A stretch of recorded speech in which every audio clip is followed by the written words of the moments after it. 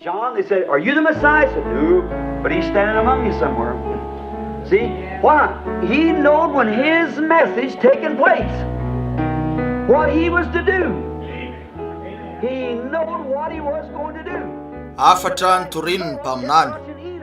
William Marion Branham mikasika ny fanambarany tompo-kase 7 boky laharana fahadimy lohateny tompo-kase 3 tamin'ny alarobia hariva fa 20 martsa 1770 tao amin'ny Branham Tabernacle, Jeffersonville, Indiana, USA. The elders and all sent us down here. If you're the Messiah, why don't you come up and make yourself known up there, not down here in this bunch of stuff down here. Just come up there and make yourself known. He said, "I'm not the Messiah." He said, "I'm the voice of one crying in the wilderness."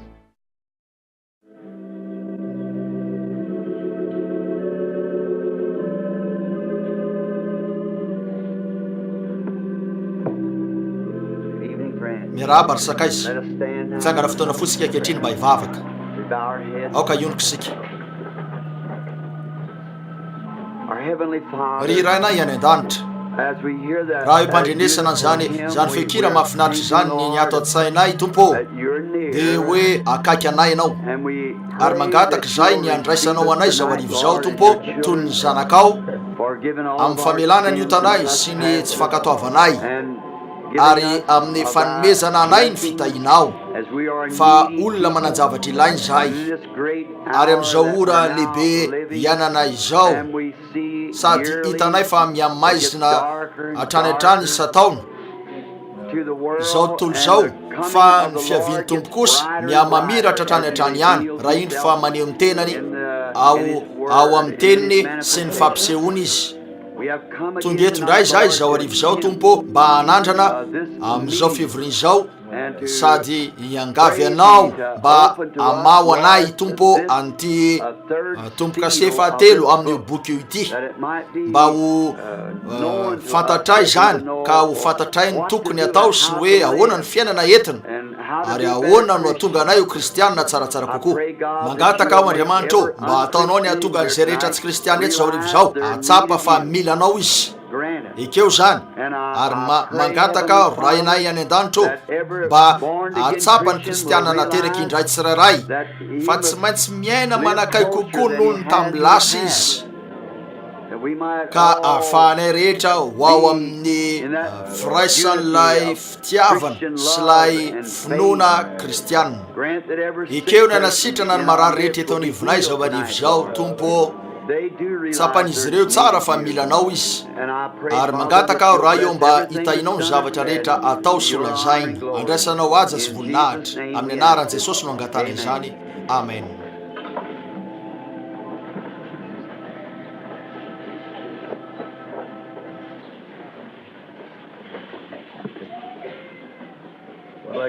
eny zao arivo zao ndray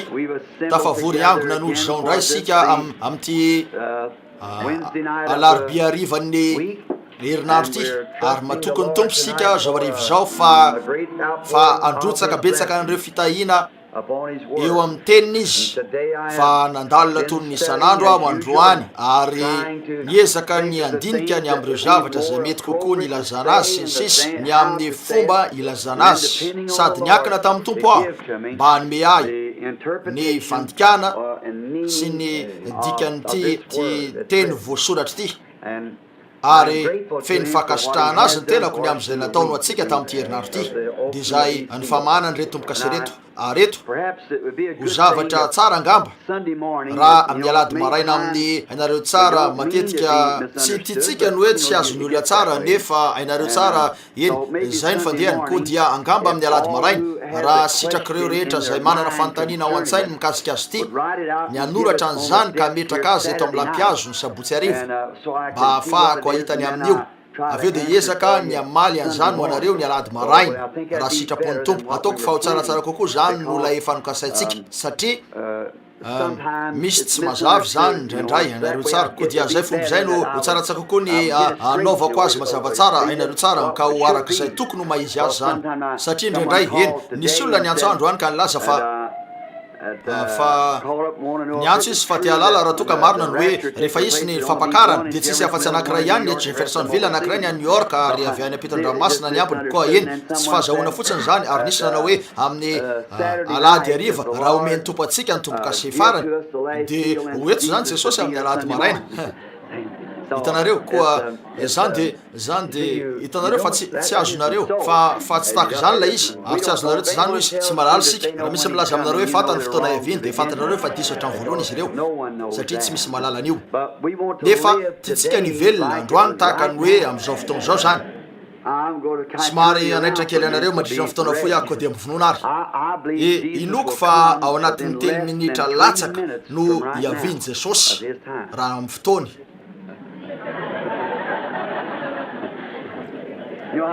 fantatrareo moa faharetan'izany eo amin'ny 5 taona eo hitanareo ny arivo fotoana dia indray andro fotsiny aminy hitanareo koa raha mandray an'ilay apôstôly milaza ianareo hoe tsy hoe atombotra ny andro tamin'izany atombotra ny andro ao amin'ny apokalypsy no nilazan'ilay apôstôly an'io fantatrareo moa hoe afriny zany dia tsy omaly fotsiny zany amin'Andriamanitra mbola tsy ampy 4 andro akory azy ary eny raha 10 minitra na latsaka ny 10 minitra ny fiaviany eny dia ho 30 taona eo zany ho atsika na mitovitovy amin'izany ary jereo hoe ahoana ho tohinona ny 10 minitra aminy efa eo andala ampitsanganana no avy ary izy koa isika ianareo indraindray rehefa mamaky eto ianareo dia araka ny fomba fitenin'ny teny no itenenana eny tsy araka ny fomba fitenitsika ka raha toka nalala hoe ho tonga rapitso ariva izy rapitso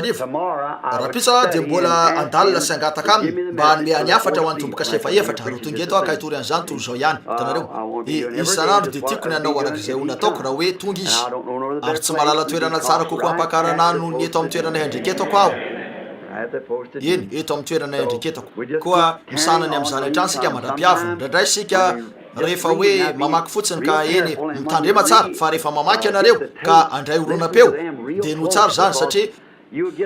ho azonareo amin'ny oronam-peo io satria fa naverina izy ireo nono reo oronam-peo reo ary tena mety sy mazava tsara zany koa ho azonareo mazavazava kokoa eo eny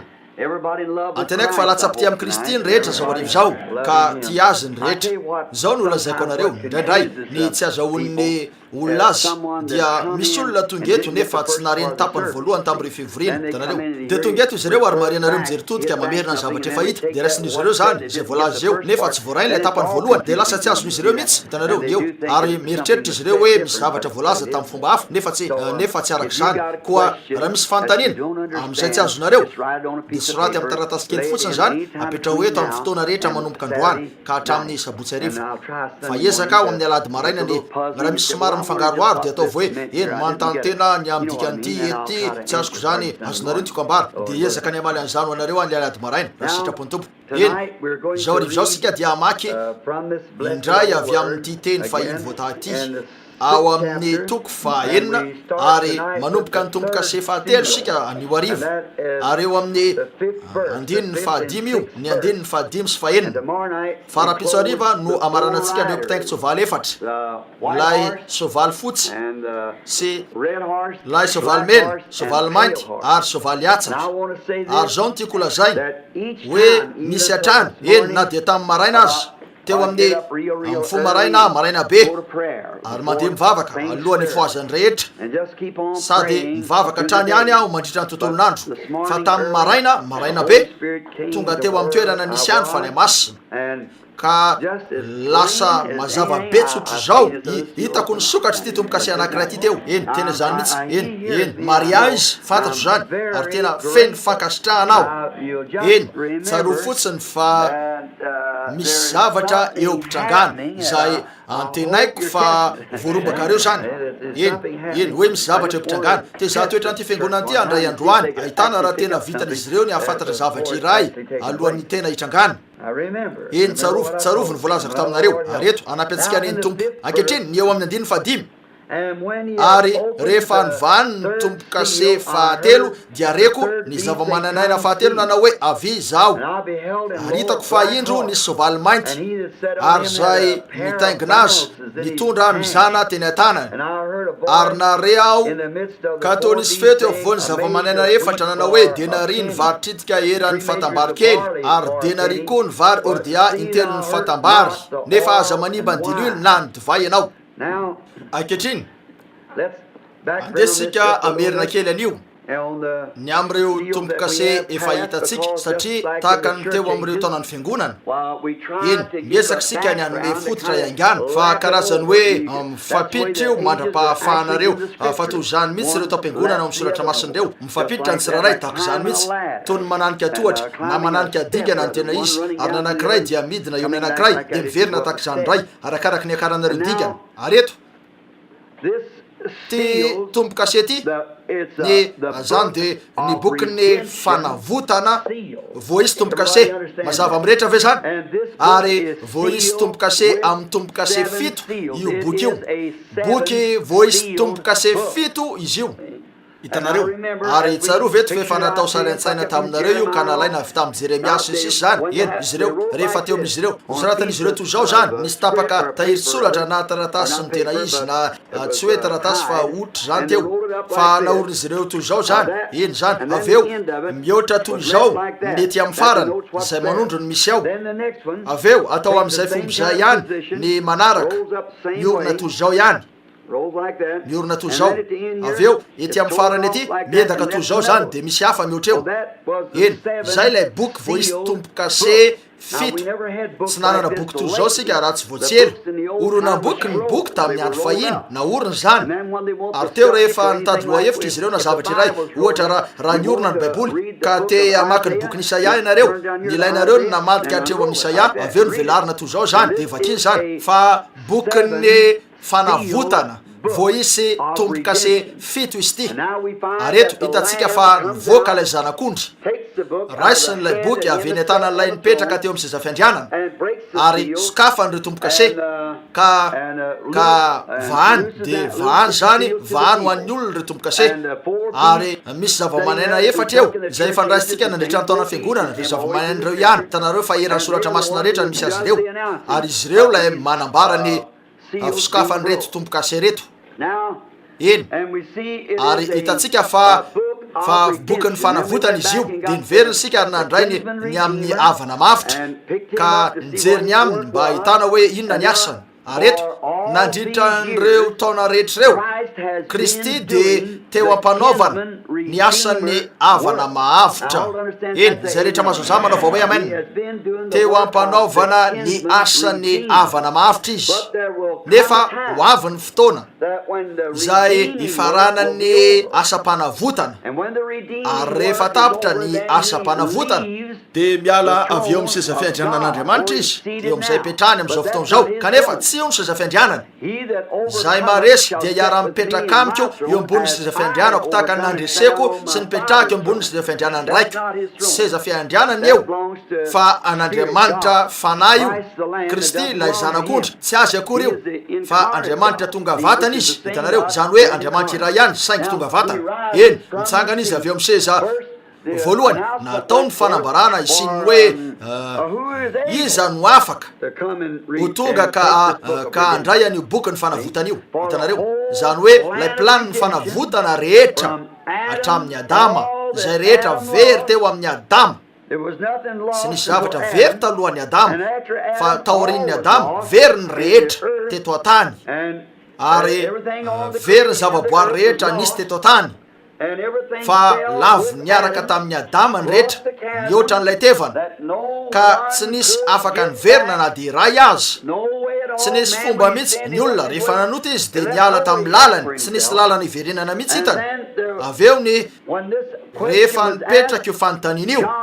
John lay nanome fanambarana zay animpaminany John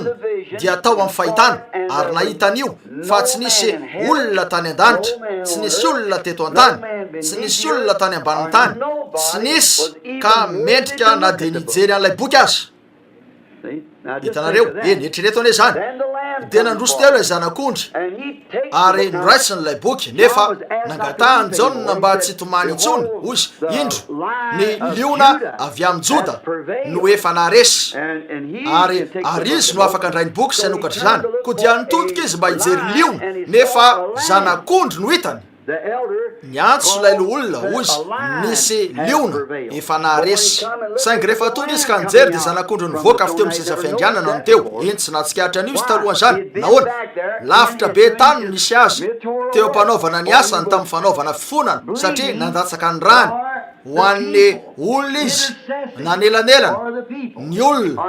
hatramin'izay idiran'lay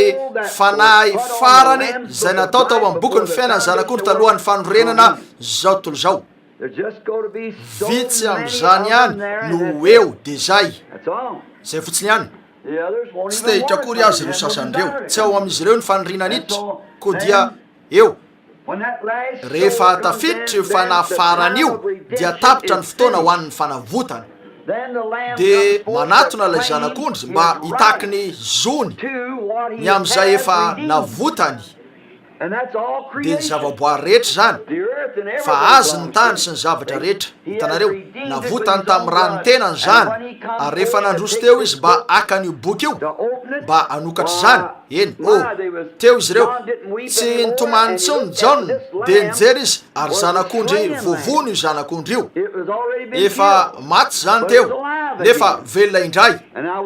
areto hitatsika tamin'izany fa zanak'ondry misidrany hoe zanak'ondry vovono feno rano tenany rehetra novonoa zany rehefa avy novonoa zany dia natsangana indray ka nipetraka teo amin'ny seza fiandrianana atao hoe tao ambadika ny seza fiandrianana tahaka zao nanelanelana an'ireo fanahy rehetra zay ho tonga reo aveo rehefa tonga eo lay anankiray farany ka feno zany ny Andriamanitra no mbola niazona ny boky ny fanavotana hitanareo ankehitriny de eo ampanaovana ny asan'lay havana fotsiny izy eto ohatra nandeha teny Boazy fa rota nipetraka ny andro teo fotsiny mandra-pavitan'ny Boaza tiako ambara Boaza no nanao ny asa havana asa-panavotana tsaronareo ve nitoriko an'io voatsela rota teo ampitsimponana ary rota nanao an'izao sy zao mitoy ihany fa ny zavatra farany nisy rota teo ampiandrasana tsaronareo ve fa nasehoko endriky ny fiangonana zany raha nakeny Boaza mba hanao ny asa ny havana mahavitra natao zany nisoro ny kirarony ary natao ny fanambarana de navotany Naomi ary tamin'ny alalan'izany no nazahoany any rota eny koa teo ampiandrasany rota satria efa vita ny asa nataony efa nataony avokoa reo zavatra hafa rehetra eo fa teo ampiandrasana izy eto aveo rehefa eo ampiandrasana ny fiangonana mitsahatra maro amin'izy ireo ny akamaroan'izy ireo ao amin'ny vovoka ny tany raha impanaovana ny asan'ny havana mavitra izy ankehitriny de mbola miratsatrany ihany zao tontolo zao ary mivangongo ny ota sy ny aretina sy ny korotana sy ny fahafatesana ary ny fahoriana maty mitsitra eny reo lehilahy tsy manana an'Andriamanitra reo vehivavy tsy manana an'Andriamanitra mikika azy ireo no mamiadana sy ny maro hafa nefa tsy afaka hanana finoana ampy izy ireo mba hanitsy tanana sy azona an'izany ankehitriny mario fa aveo rehefa tapitra zany rehetra zany rehefa vita ny asan'ny mpana ny fifonana nataony dia tonga izy raisin'lay boky avy eny an-tanany ary teo Jaona sy reo rehetra tao an-danitra nanomboka nika reo fanahy zay tao ambanin'ny alitara iverenantsika indray zany amin'ny tomboka sefaenina fa toy inona ny fifalian'izy ireo fa niankohaka izy ireo olona ary namafy ny vavaka nataon'ireo olo-masina fa nika reo fanahy zay teo ambany alitara ianao no mendrika satria ianao no nanafitra anay ho an'Andriamanitra ary iverina eny ambony tany zay mba hivelona toy ny mpanjaka sy mpisorona nisy zavatra lehibe de hoy John ny zavatra rehetra tany an-danitra ny zavatra rehetra tany ambany tany ny zavatra rehetra na ry azy ny dera n'Andriamanitra ny amin'io tsy maintsy nahita ny anarany tao John hainareo tsara tamin'ny fotoana rehetra io dia hoy izy no mendrika ny andray ny bokin'ny fanavotana tsy an'lay tsara intsony zany eo an'lay mpanavitra zany ary izy io no nahavita ny asa mpanavotana aneo amin'ny fiangonana ny zavatra nataony izy ankehitriny amen hitanareo koa dia raisiny fotsiny nefa nikatona lay boky tsy nisy na lala mihitsy ain'izy ireo hoe boky ny fanavotana zany ny teo amin'izany sangy amin'ny andro farany vao tsy maintsy ho voambary zany araka ny voalazany Apokalipsy 10 omena n'lay anjely fahafito ny afatra mikasika an'io satria voalaza hoe amin'ny andro itsofan'ny taona ny fiangonana fahafito lay anjely fahafito rehefa itsoky izy de ho tanteraka reo zava-miafin'Andriamanitra rehetra rehefa itsoky izy avy eo rehefa vombary zany dia midina avy any an-danitra lay anjely Kristy zany eny tsaro fa itao tany io anjely io la iraka midiny Kristy eo ao amin'ny apokalipsy 10 no ahitanareo azy mametraka ny tongotra ilany eo amin'ny tany ary ny ilany eo amin'ny ranomasina ny avana teo amin'ny lohany ny masony tahaka ny tongony tahaka ny afo sy ny sisa manangana ny tanany sady mianina amin'izay velona mandrakizay eo amin'izay fiandrianana hoe tsy isy andro intsony ary rehefa manao any fianianana io izy dia napikotroka ny feony rakotrokorana fito ary ilay mpanoratra jaona zany raha nakarina teo izy dia ny androatany zavatra hitany nanomboka ny anoratra izy fa hoy izy aza soratana io satria aza soratana zany fa io dia zavatra tsy hoy izy asio tombokase zany ao amin'inona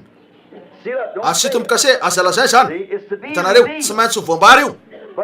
nefa tsy voasoratra ao amin'ny teny akory azy zany koa rehefa nanomboka nanokatra an'ireo tombokase izy dia hitantsika amin'izany fa sary-patarina izy rehetrareo hitanareo rehefa nivany ny tombokase voalohany dia noheveriny hoe eny zao no lazany zany fa isan'ny ranona hiakatra eo ambony sisa fiandrianana ary anao an'izao ny sasany ary anao an'izao ty kanefa rehefa nisy zany indry fa nisy soavaly fotsiny akeo ary nisy nitaingina teo aminy eny nanana tsipika teny an-tanana izy ary nomena satry-boninahitra taty vorena kely hoy izy zay fotsiny dia nitodika indray ilay zanak'ondry ary nisorony ny tombokase hafa dia indry fa nivoaka teo ilay mainty nitaingina soavaly mena ary izy nanana nomena sabatra ary andeha hiady izy ka nomena hery lehibe ary nanaisotra ny fihavanana teto an-tany mba hifamonoana izy ireo zany dia karazana mbola zavatra tsy mazava ihany sa tsy zany rehefa nivany io avy eo dia nitoy ihany ka hoe amin'ilay andro mialoha kely sy ny reto kotrokorana fito reto dia voambara ny zava-miafina rehetra etona ankehitriny jereo ary hitantsika amin'izany raha teo am-pandalinana isika hoe nandritra n'ireo taona maro mpanavao no nananantsika fa tsy mpaminany mpanavao fa misahana ny asa natokana ho azy ny anjara asa tsiraray toy ny lehilahy ray mpiasa amin'ny telefôna tsy tena hoe elektricien izy mety misy asa kely mikasika an'io ataony fa ohatra raha mpametraka taroby mitondra herinaratra ny lehilahy ray azo antoka fa ny lehilahy zay mpangady lavaka tsatoka ka tsy mbola nametraka taroby mitondra herinaratra dia tsaratsara ho azy ny tsikitika an'io fa asa kely manamboaboatra zavatra sy nytoy zany mety vitany fa rehefa tsy maintsy voambara ilay tena zavatra amin'ny andro farany eo amin'ilay ampahany farany amin'ny fiangonana dia izay ny fotoana efa nilazain'Andriamanitra fandefasany ho antsika araka ny soratra masina sady efa nidiniantsika lalina zany ary efa nanambara raha teo izy hoe hiverina eo amin'ny olona anankiray ny fanahany Eli eny ataoko fefanazavaina tsara zany ary isika ary miandry an'izany hitrango sika anoany misy olona voaositra hitsangana amin'ny andro farany eny andre fanatika maro sy ny sisa ianareo nefa zany dia mitady fotsiny devoly io mitady ny ampiala ny olona amin'ny tena izy rehefa ho avy izy io hitanareo nefa ho voatondro mariny zany fantatrareo na izy any Eli dia jereo izy ty fa ho fantatrareo avy eo izy rehefa eny alalany olona boafidy tsy ny hafa azo antoka fa tsy alala izy ireo hodiso an'io atapisany maily lavitra izy ireo ohatra efa hitantsika avokoa zany ary nasehontsika ny tsy nahalalana izy ireo any Jaona ny tsy nahalalana izy ireo any Eli ny tsy nahalalana izy ireo any Jesosy ny tsy nahalalana azy ireo tamin'ny fotoana rehetra ary zay ihany no mbola ataon'izy ireo satria laza ny baiboly fa zay no ataony hitanareo koa dia amin'io fotoana io anetry tena tokoa zany ho tsotra tokoa zany ka ahatonga ny olona hiala lavitra an'io tsotra loatra zany ho azy ireo hitantsika amin'izany sady hatramin'izay rehefa lasa mahira-tsaina sy manam-pahaizana ny olona ka be fahalalana dia lasa zay karazan'izay mihitsy no disy an'io ainareo tsara hitanareo tsy naka-karazany olona toreny mihitsy Jesosy mba ho mpianana olona tsy nianatra no nalainy mpanjono ary tsy olona nifandray tamin'ireo fiangonana sy ny sisa tamin'izany olona tsotra toy ny rehetra ihany no azo reo mpamoretra reo tatsaha reo mpanjono sy ny sisa mba hanao ny asany hitanareo satria fantatra izy ireo fa tsinitsinina ny tenany koa dia afaka hanao zavatra amin'ny alalan'izy ireo izy hitanareo raha mbola mitoetra ho tsinitsinina trano izy ireo dia afaka hiasa Andriamanitra saingy rehefa lasa mieritreritra izy ireo hoe malala zavatra dia tsy mbola malala akory arak'izay tokony fantatrareo ianareo ono baiboly koa dia eny hitantsika zany ary ankehitriny hitantsika amin'izany eto fa tokony ho voambary reto zava-miafiny reto fa nahoana reto lehilahy sasany reto Wesley, Luther sy reo mpanavao lehibe reo izay nitondra ny fanamarinana fanamasinana ny taona pentekotista niaraka tamin'ny batisa ny fanamasina sy sisa nahoana izy ireo no tsy nahavoaray any reto afatra reto nahoana izy ireo no tsy nahazo azy ireo satria mpanavao izy ireo hitanareo tahaka ny hoe raiso amin'ny lehilafinilany nisy an'ireo olona tonga ka nandray fahefana to mpanjaka nefa tsy mpanjaka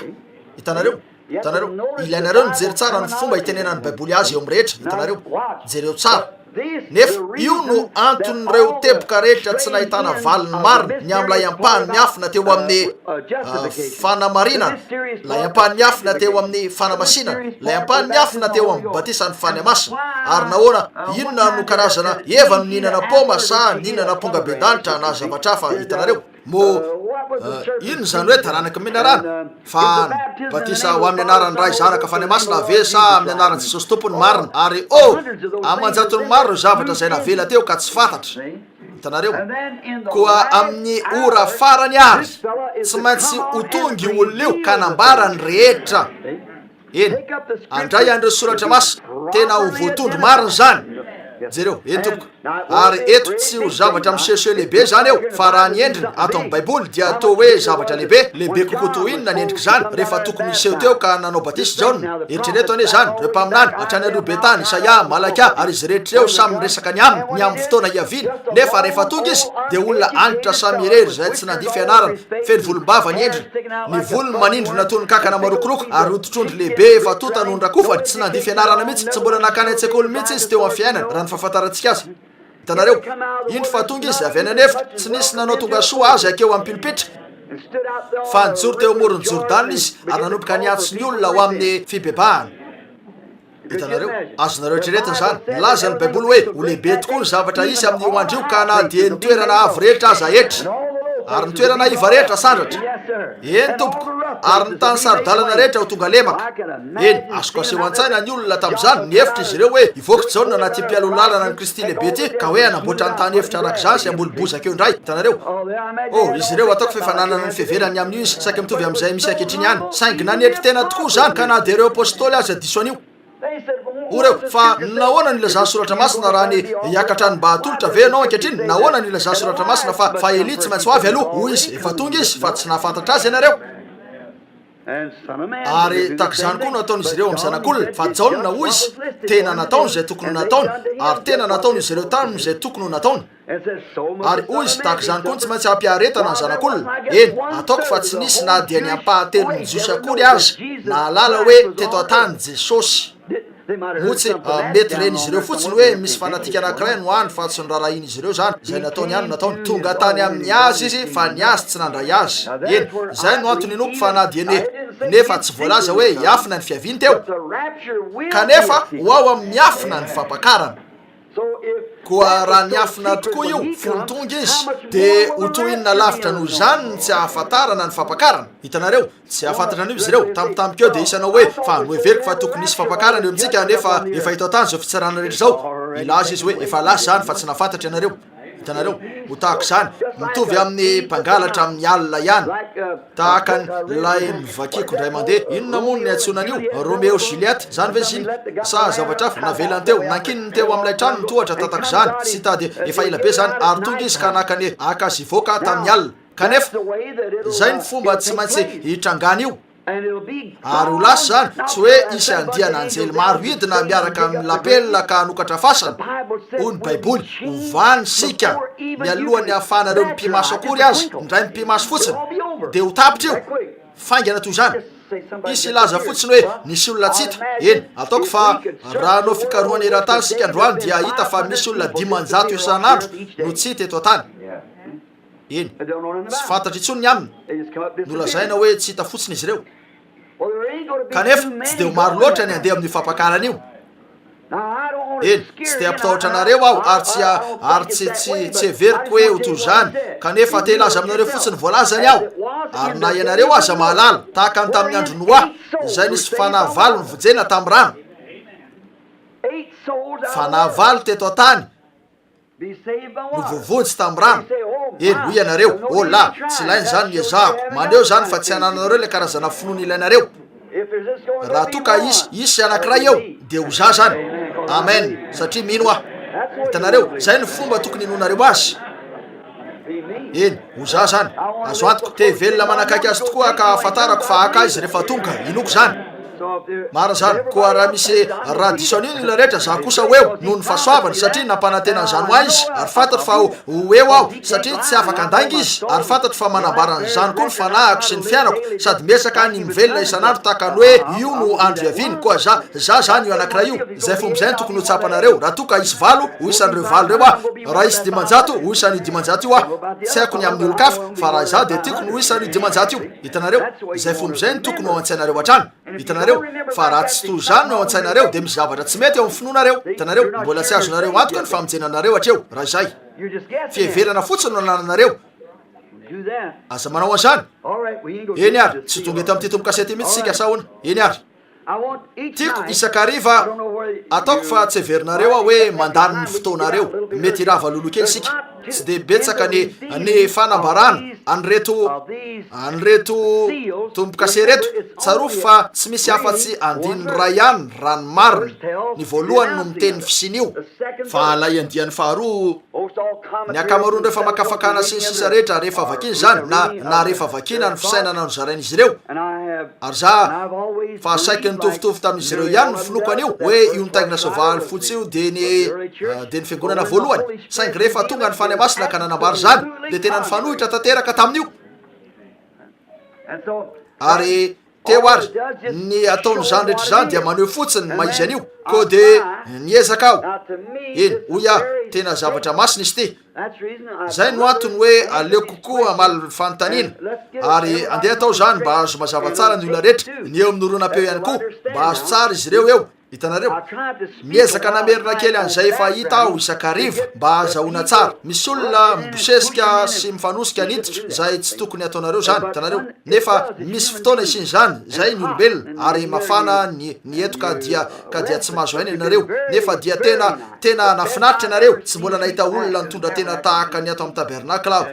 nandritra nyreto fivorinyreto mipetraka milamina aretiny reniny ao amin'ny efitrano ho an'ny zaza ny zazakely rehefa manomboka mitomany koa dia nafinaritra ny zavatra rehetra saingy miezaka aho ny mamerina ny teo aloha mandra-pahatsapako ny ositry ny fanahy eo amiko mba ilaza ny reto teny reto ka ilaza n'izay efa voambara tamiko ary raha toa aho ka nisy fotoana teo ampanaovana zany raha nanao fatsoana tamin'io azo antoka fa nitsy ahy eto anatrian'ny olona rehetra eo amin'ny toerako izy zay ny tiako de ny tiako marina zany tsy ilainareo no mandray an'izay fieritreretanareo fotsiny misy zavatra marina eo ary zany no tiatsika raha ny fahamarinana nomen'Andriamanitra atsika koa dia nandray an'io sika anreto mpitaingy soavaly reto arakaraka ny sehoany lay soavaly voalohany eto tsapatsika fa ilay antikristy nivoaka teo io aveo hitatsika tamin'izany omaly arivo fa io olona iray io ihany zay nivoaka toy ny antikristy toy ny soavaly fotsy hitatsika fa niaraka tamin'ny sabatra izy omaly arivo nitaingy soavaly ary namono olona eny misy atrano ny ara-nofo sy ny ara-panahy fa noho ny amin'ny fiangonana misy tandidona tiako aseho aloha kely ny andresantsika ny fanokafana ny titopo-kasety ary ny zavatra nomeny aho efa vosoratra eto zany manana soratra masina maro eto 7 na 8 pejy amin'izany ka eo amin'izany no hitodiako mario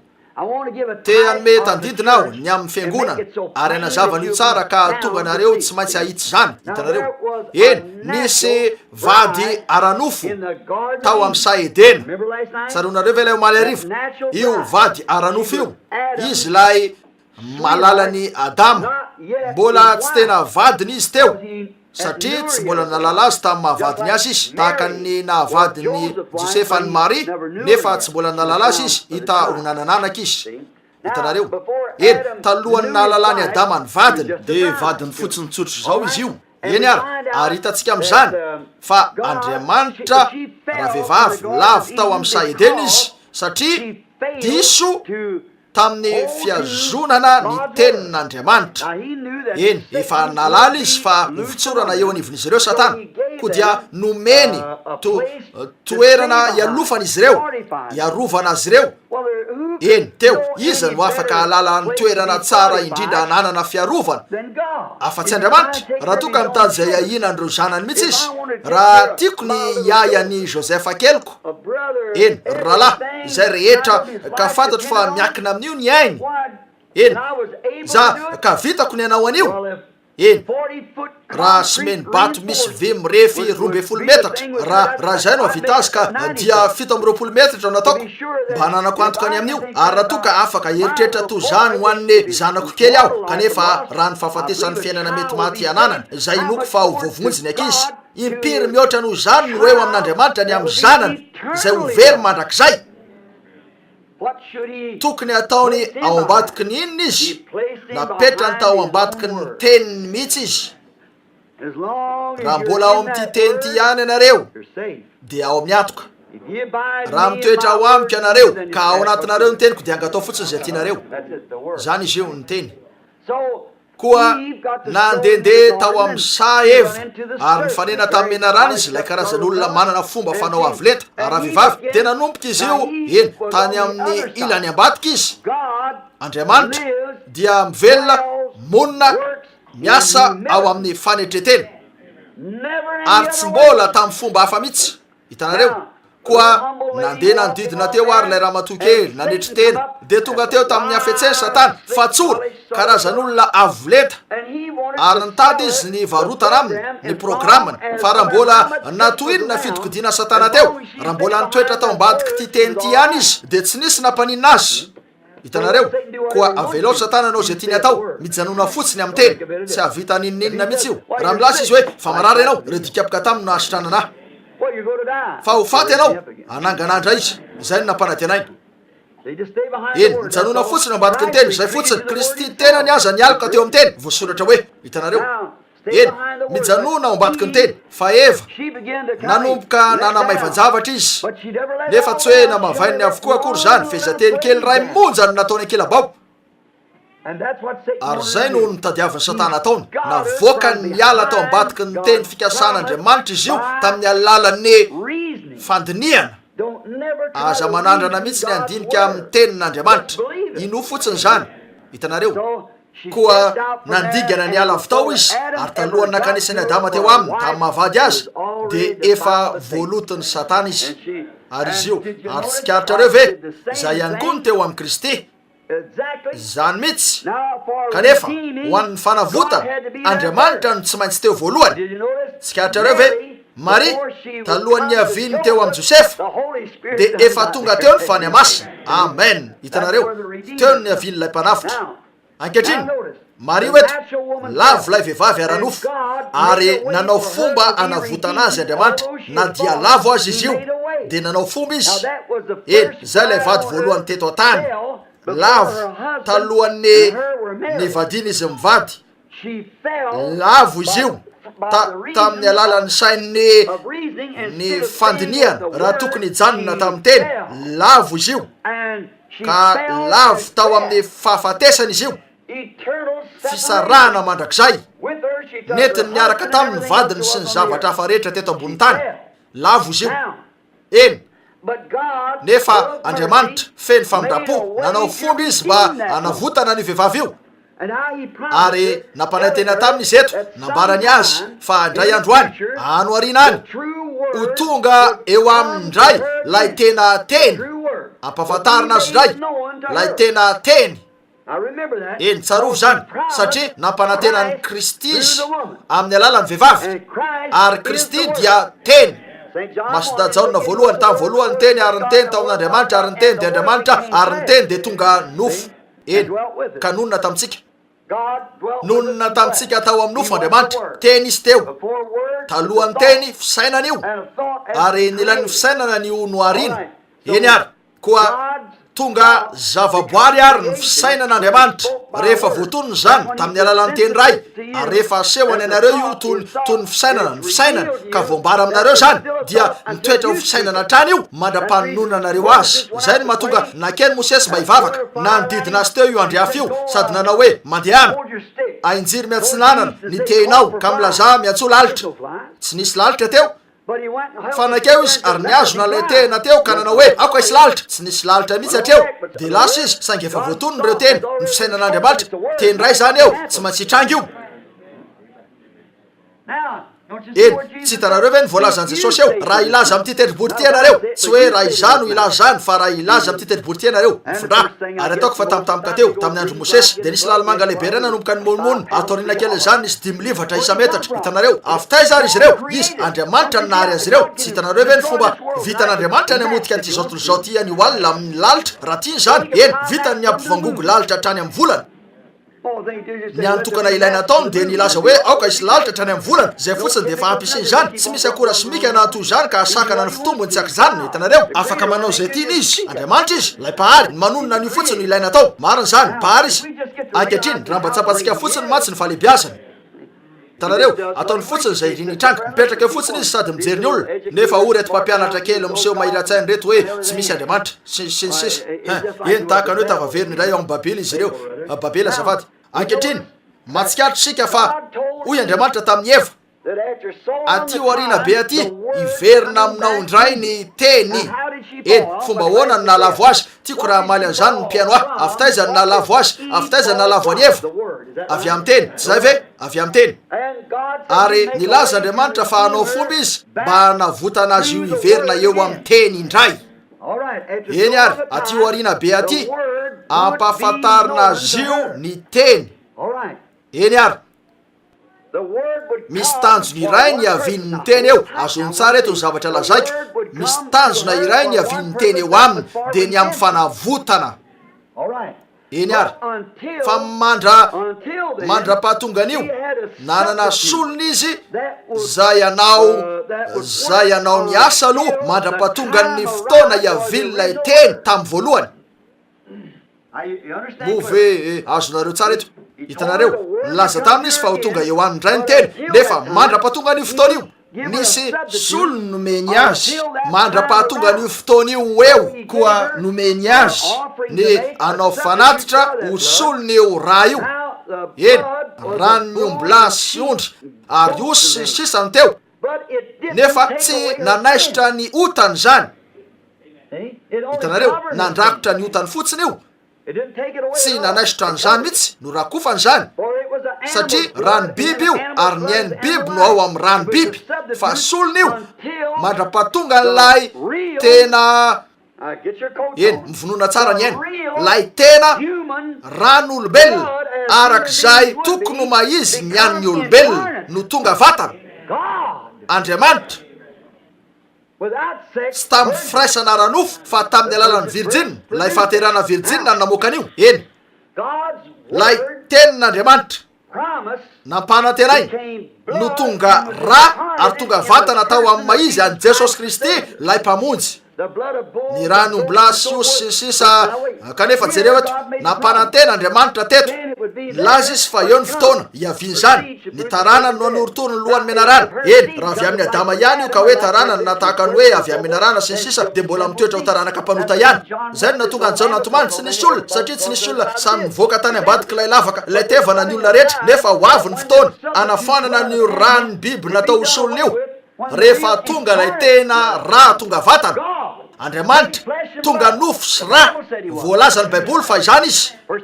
Timoty voalohany 3:12 ia raha manaiky mihitsy fa lehibe ny zava-miafina ny amin'ny toe-panaraka an'Andriamanitra fa avoaseho teo amin'ny nofo Andriamanitra marina zany lay fahaterana virjina nanao an'io eny nandrakotra ny otany rano ny ondry sy ny osy saingy tsy namafa azy satria rano biby io nefa navita ny asany zany tamin'ny nahasolony azy ary tena lasa zatra ny solony tokoa izy ireo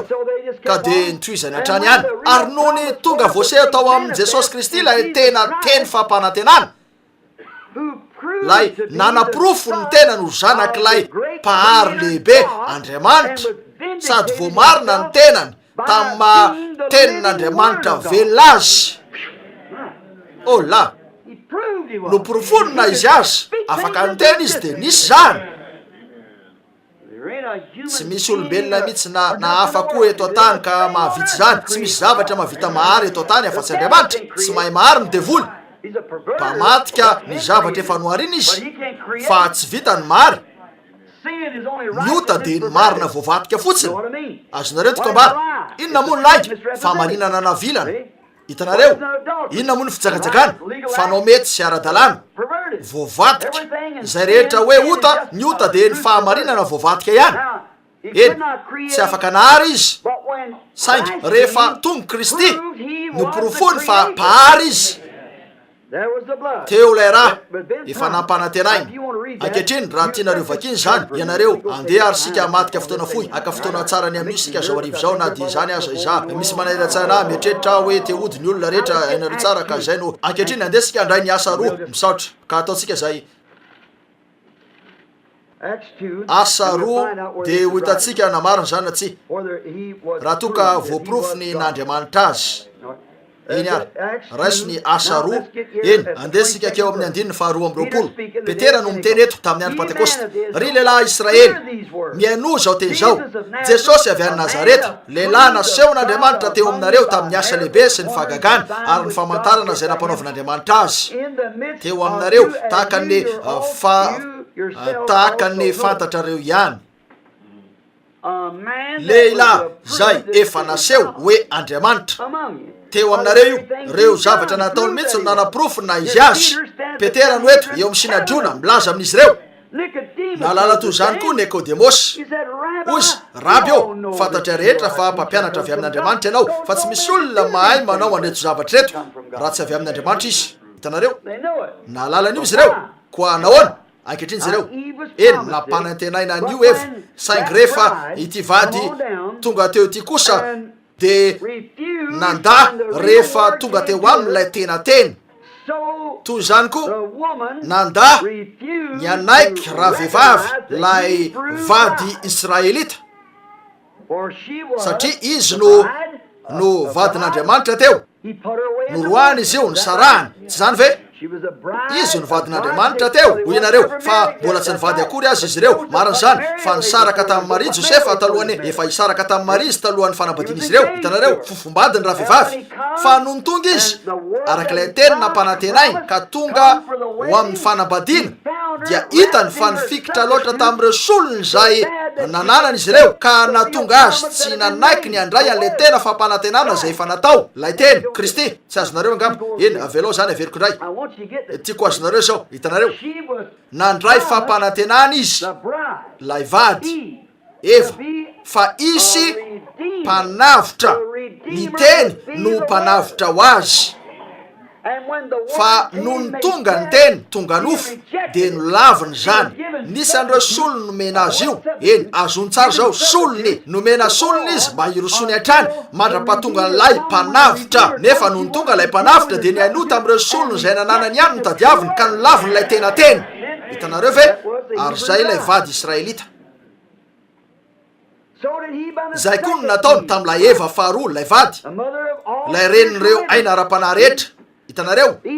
eva de midika hoe lay reniny rehetra zay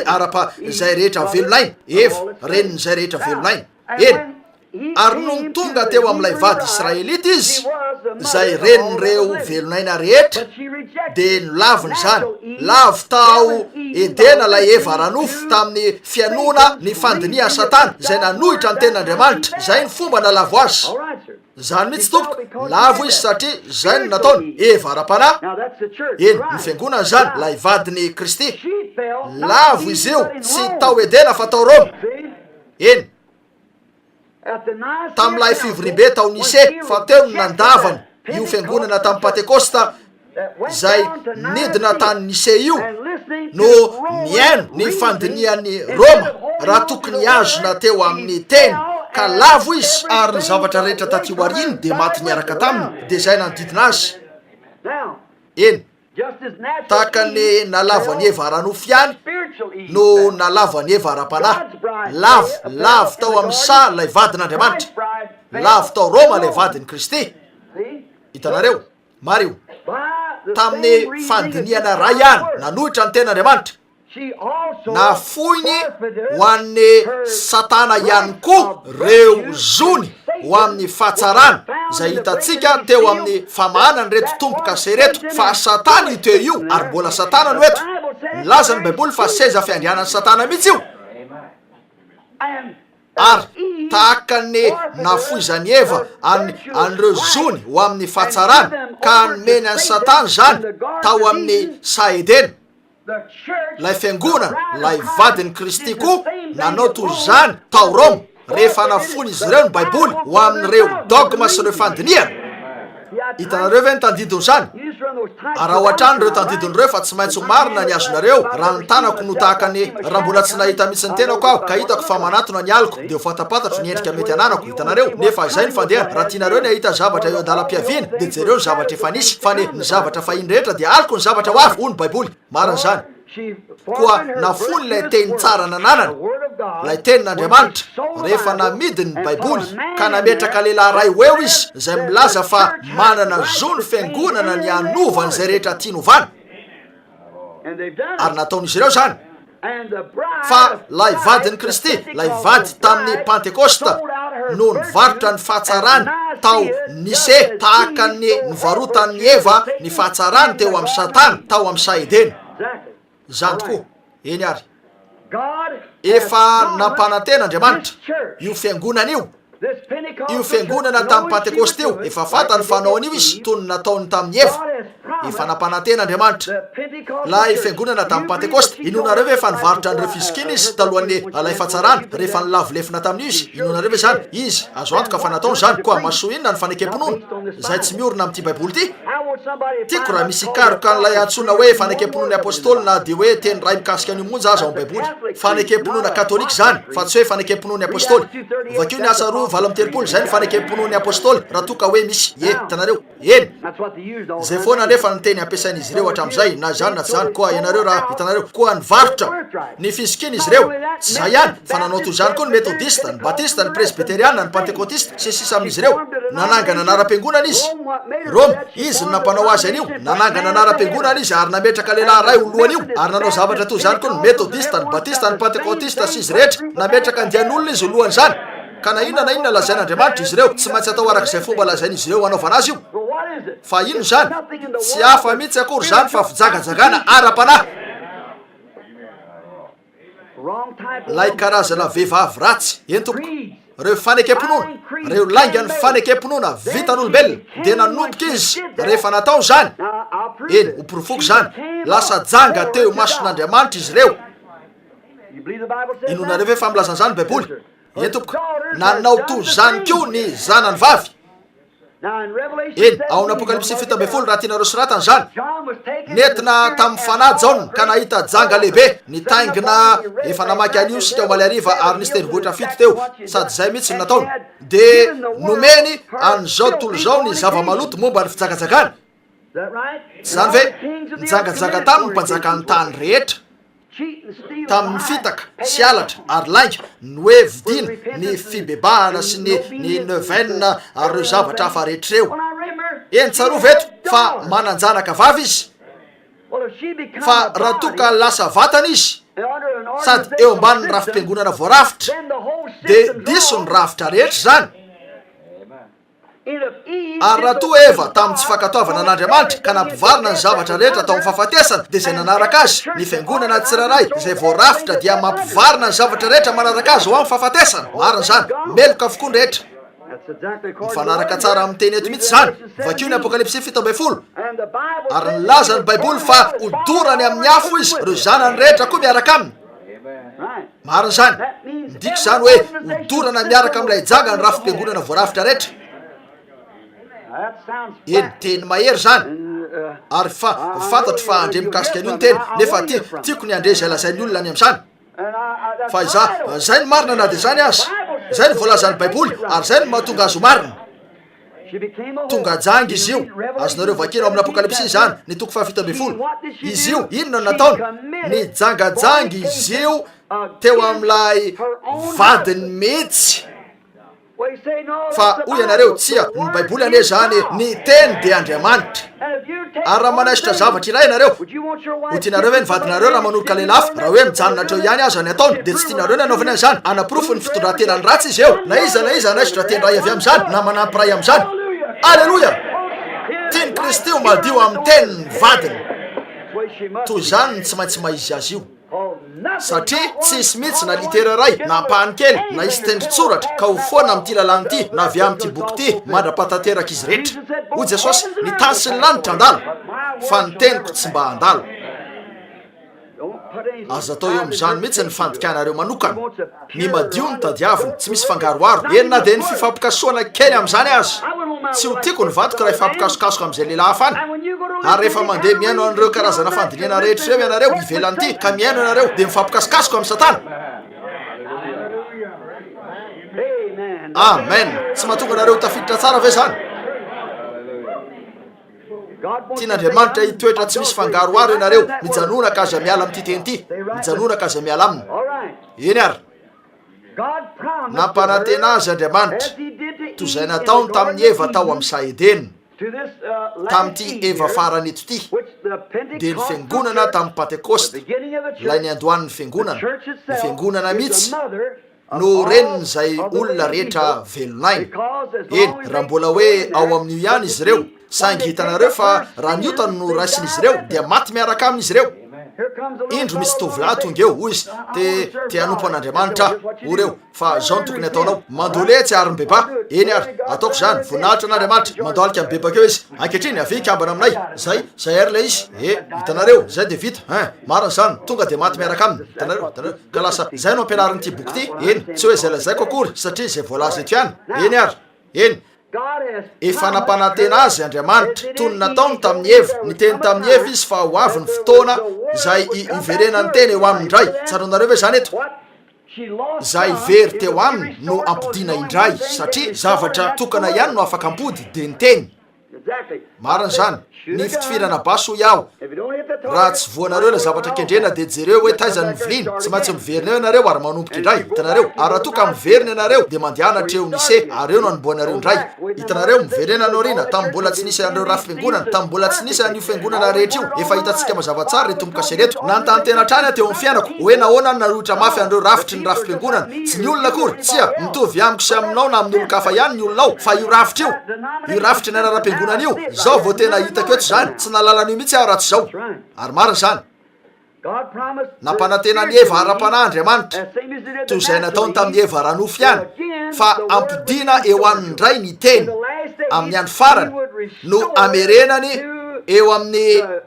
fiangonana averiny eo amin'ny teny tamin'ny voalohany izy io. Ankehitriny jereo tsara, tiako azonareo antoka tsara ankehitriny. Nampanantena ny Eva Andriamanitra hoe ho avy ny fotoana izay ampidina ny teny amin'ny alalan'ny taranany. Ity teny ity mihitsy no tonga taranaka. Nefa rehefa nomena solona izy dia noazony ny solona io. Ka rehefa tonga teo aminy ny teny, inona nataony? Tsy mila an'izany aho, nanetry tena loatra zany. Raha tsy jerena teo imasony, tsy dia avoleta loatra. Tranombilona hoe, oh la, lehilahy tak zao ve? Tsy nandisako olo fa tsy afaka anaiky an'izany tsy mesi io. Lehilahy mamela ny tena nodakany olona ety seroto zao, nefa tsy zany hoe mesi. Navelany nanisy vorodaba ny tavany ve izy ireo? Aveo nokapikazy tamlohany, nefa niantso ny tena no mpaminany ve izy? Hoe izy ny tena mpaminany natsangana? Raha ny tena marina, tsy nahafantatra andreo mpaminany izy ireo. Lazany Jesosy, hoy izy, raha mba nahafantatra andreo mpaminany ianareo dia ho nahafantatra. Marina zany. Mario eto, saingy rehefa tonga teo aminy ny teny tamin'ny fomba tena arak'ilay fomba nolazain'Andriamanitra mihitsy hoe hiaviany zany, dia hafa ny endrika efa nananany amin'izany. Ny resako eto dia ilay vady Jiosy, ilay vady Israelita. Fa izy aloha teo no Eva. Koa rehefa tonga zany dia tsy nilan'io izy nijanona amin'ireo solona izay nanana no tadiavina. Kanefa nampanantena ny Eva ara-panahy Andriamanitra lay tamin'ny Pentekosta, ary nambarany talohan'ny trangano io mihitsy azy zany, efa-jato taona talohan'ny nalavo ny fiangonana, hoe ho lavo izy ireo ka hanao ny zavatra izay nataony. Saingy efa nampanantena izy hoe andefa ny teny indray izy amin'ny andro farany. Zay ihany no nambaran'i Jesosy fony izy teto an-tany hoe andefa an'izany indray izy. Ary inona no hitan'izany? Lay zavatra hitany tamin'izany tonga voalohany ihany no hitany. eny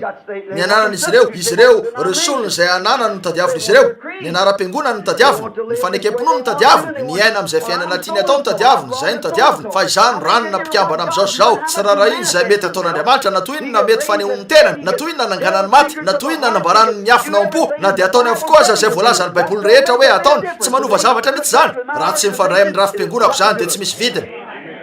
hitanareo zavatra mitovy taminy nataonyio vady israelita io ihany mariny zany hitanareo resolony zay nananany no enony izy ireo nefa nampanatenany lay tena izy ho azy ireo andriamanitra ary no nitonga lay tena izy de tsy nilay zany manetry tena loatra io eny zavatra toy zany koa am'izao ndry zao rehefa miditra tsehatra zany eny hoy andriamanitra ao malaky efatra hoe andefa ny afatra izy amin'ny andro farany zay ho fanonerana lazo joelona hoe onerako reo taona zay rehetra nohaniny roma zay rehetra nohaniny metodista zay rehetra nohaniny batista avy amin'ny taoany tamin'ny pentekosta voalohany io hoy andriamanitra onerako zany amin'ny andro farany mariny zany ary afaka andefany io karazan'olona io izy zay ho ny antokana nandefasan'andriamanitra ny teniny hatram'izay dia tamin'ny mpaminany tsy tam'ireo mpanavao tam'ireo mpaminany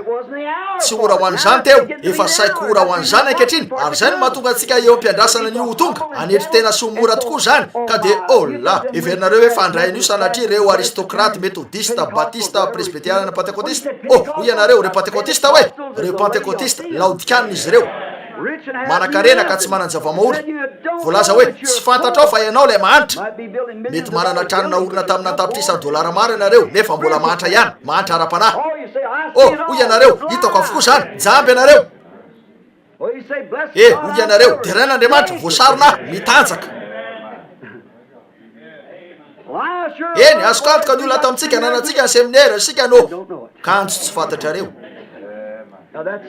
eny tena mifamatika mihitsy koa raha nilazany baiboly fa hoeo am'izay toeran'izay ny fiangonana laodiki ary tsy misy olona eto tany afaka anda fa ity ny taona farany satria io ny taona ny fiangonana laodiki na ny taona ny fiangonana fahafito ary eo no misy atsika mamarana an'io ny arivo taona faharoa tsy misy tao-piangonana hafa intsony zay no mahatonga nareo rahalahy mifarahorana tsy mahavita ny anomboka rafi-piangonana hafa tsy isy hafa intsony mariny zany eo amin'ny fiafiarany io amen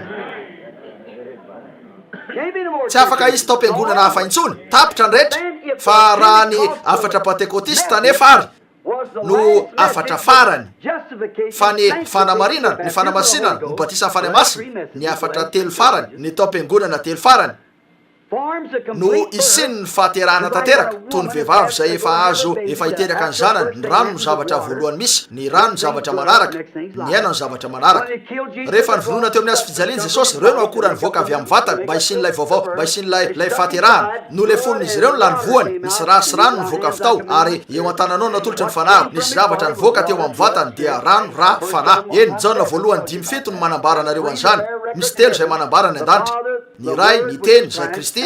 ary ny fanahy masina ary mifanaraka tsara ho iray reto telo reto tsy ray izy ireo fa mifanaraka tsara ho iray ary misy telo zay manambara na iray izy ireo zay ny tokambara diso ateo fa misy telo zay manambara eto tany dia ny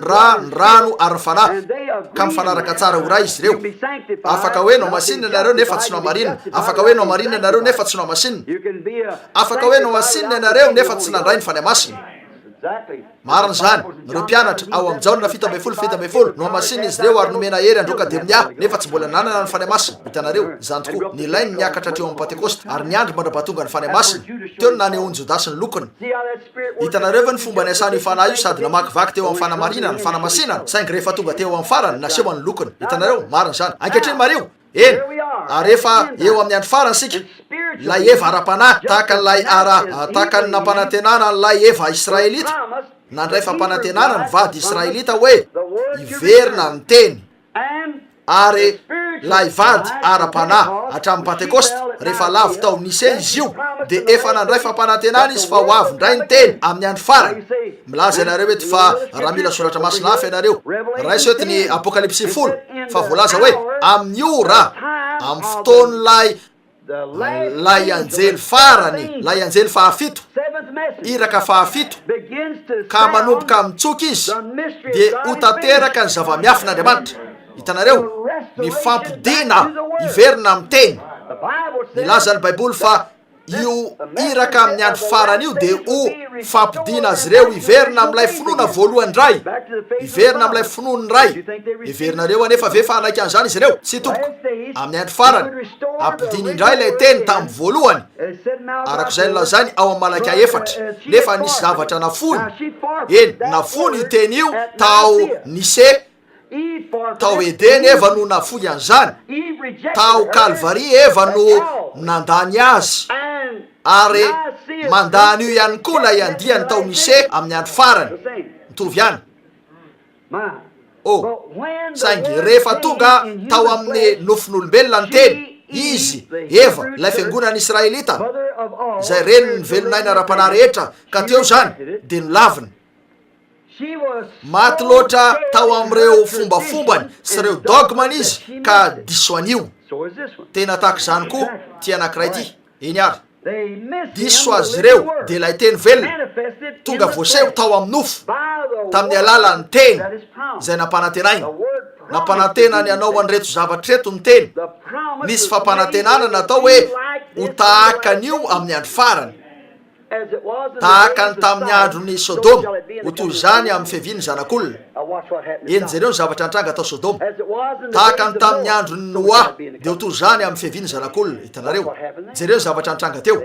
Hitanareo eny nilaza izy fa ho zavatra mitovy ihany ary miaina amin'io andro isika. Fa ary mety misy ataoko fa mety mahita teny fikasana enjatony amin'io tahaka izany avy amin'ny soratra masina ka mitodika amin'io. Hitanareo eny saingy nolavin'izy ireo zany ny tanany fombafombany sy ny solony izay nananany izy raha tokony ny tanan'ilay raha natao solony izy raha tokony lay tena rà. Jesosy lay teny no nilaza rehefa voaseho teo aminy zany hoe satria mitana an'ireto fombafomba, Jesosy lay teny voaseho no nilaza tamin'ny lay vady Israelita hoe satria mitana ny fombafombanareo ianareo dia foananareo eo aminareo ny tenin'Andriamanitra. Tsy afaka hisy fiantraikany an'izany. Eny izay no mahatonga ny ankehitriny hoe raha ny amin'ireo fifohazam-panahy tokony ananantsika dia fifohazam-panahy ny anaram-piangonana indray no ananantsika, tsy lay tena fanetsehana no nananantsika. Tsy tompoko. Aza eritreretina hoe fifohazam-panahy no ananantsika. Tsy ananantsika io. Mpikambana tapitrisany maro no ananan'izy ireo, nefa tsy misy fifohazam-panahy na iza na iza. Mbola tsy nanana fifohazam-panahy ny ampakarina treto. Hitanareo mbola tsy nisy fifohazam-panahy eo na nisy fanehoan'Andriamanitra ny tenany mba hanetsika ny ampakarina treto. Io ampiandrasana an'izany sika ankehitriny. Ho ilaindreo kotrokorana fito sy fantatretsireo mba hamoa azy io indray. Hitanareo andefan'io izy nampananteny zany izy ankehitriny jereo koa maty ary izy io teo ary ankehitriny raha anadino an'ireo fanekem-pinono ny fiangonana ka anadino an'ireo dogmany ary aka ny Baiboly fotsiny hitaka ny teny fikasana dia isy fiantraikany eo amin'izy ireo zany. Nefa eny ho Jesosy ianareo noho ny fombafombanareo ataonareo izay tsy hampisy fiantraikany ny tenin'Andriamanitra aminareo. Eny mitovy amin'izay ihany no hita eo amin'ny Eva ara-panahy ankehitriny. Eny lay vady ara-panahy amin'izao andro zao lay milaza tena lay fiangonana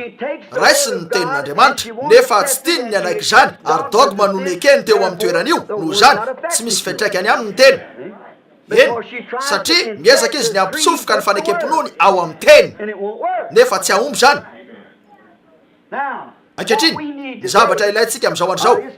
hitako hatrany eo amin'ilay hoe le héros de sa venue, misy lohateny lehibe eo mila ny fiverenany mpaminany sika, mila ny fiverenany mpaminany sika ary ataoko fa raha iverina io dia tsy alala ninina amin'izany izy ireo fa maro zany toy zany hatrany ny zava-nisy. Hitanareo mila ny sika tsy misy resany afa-tsy zany, mila ny fiverenany mpaminany sika izay hitondra ny tenin'ny tompo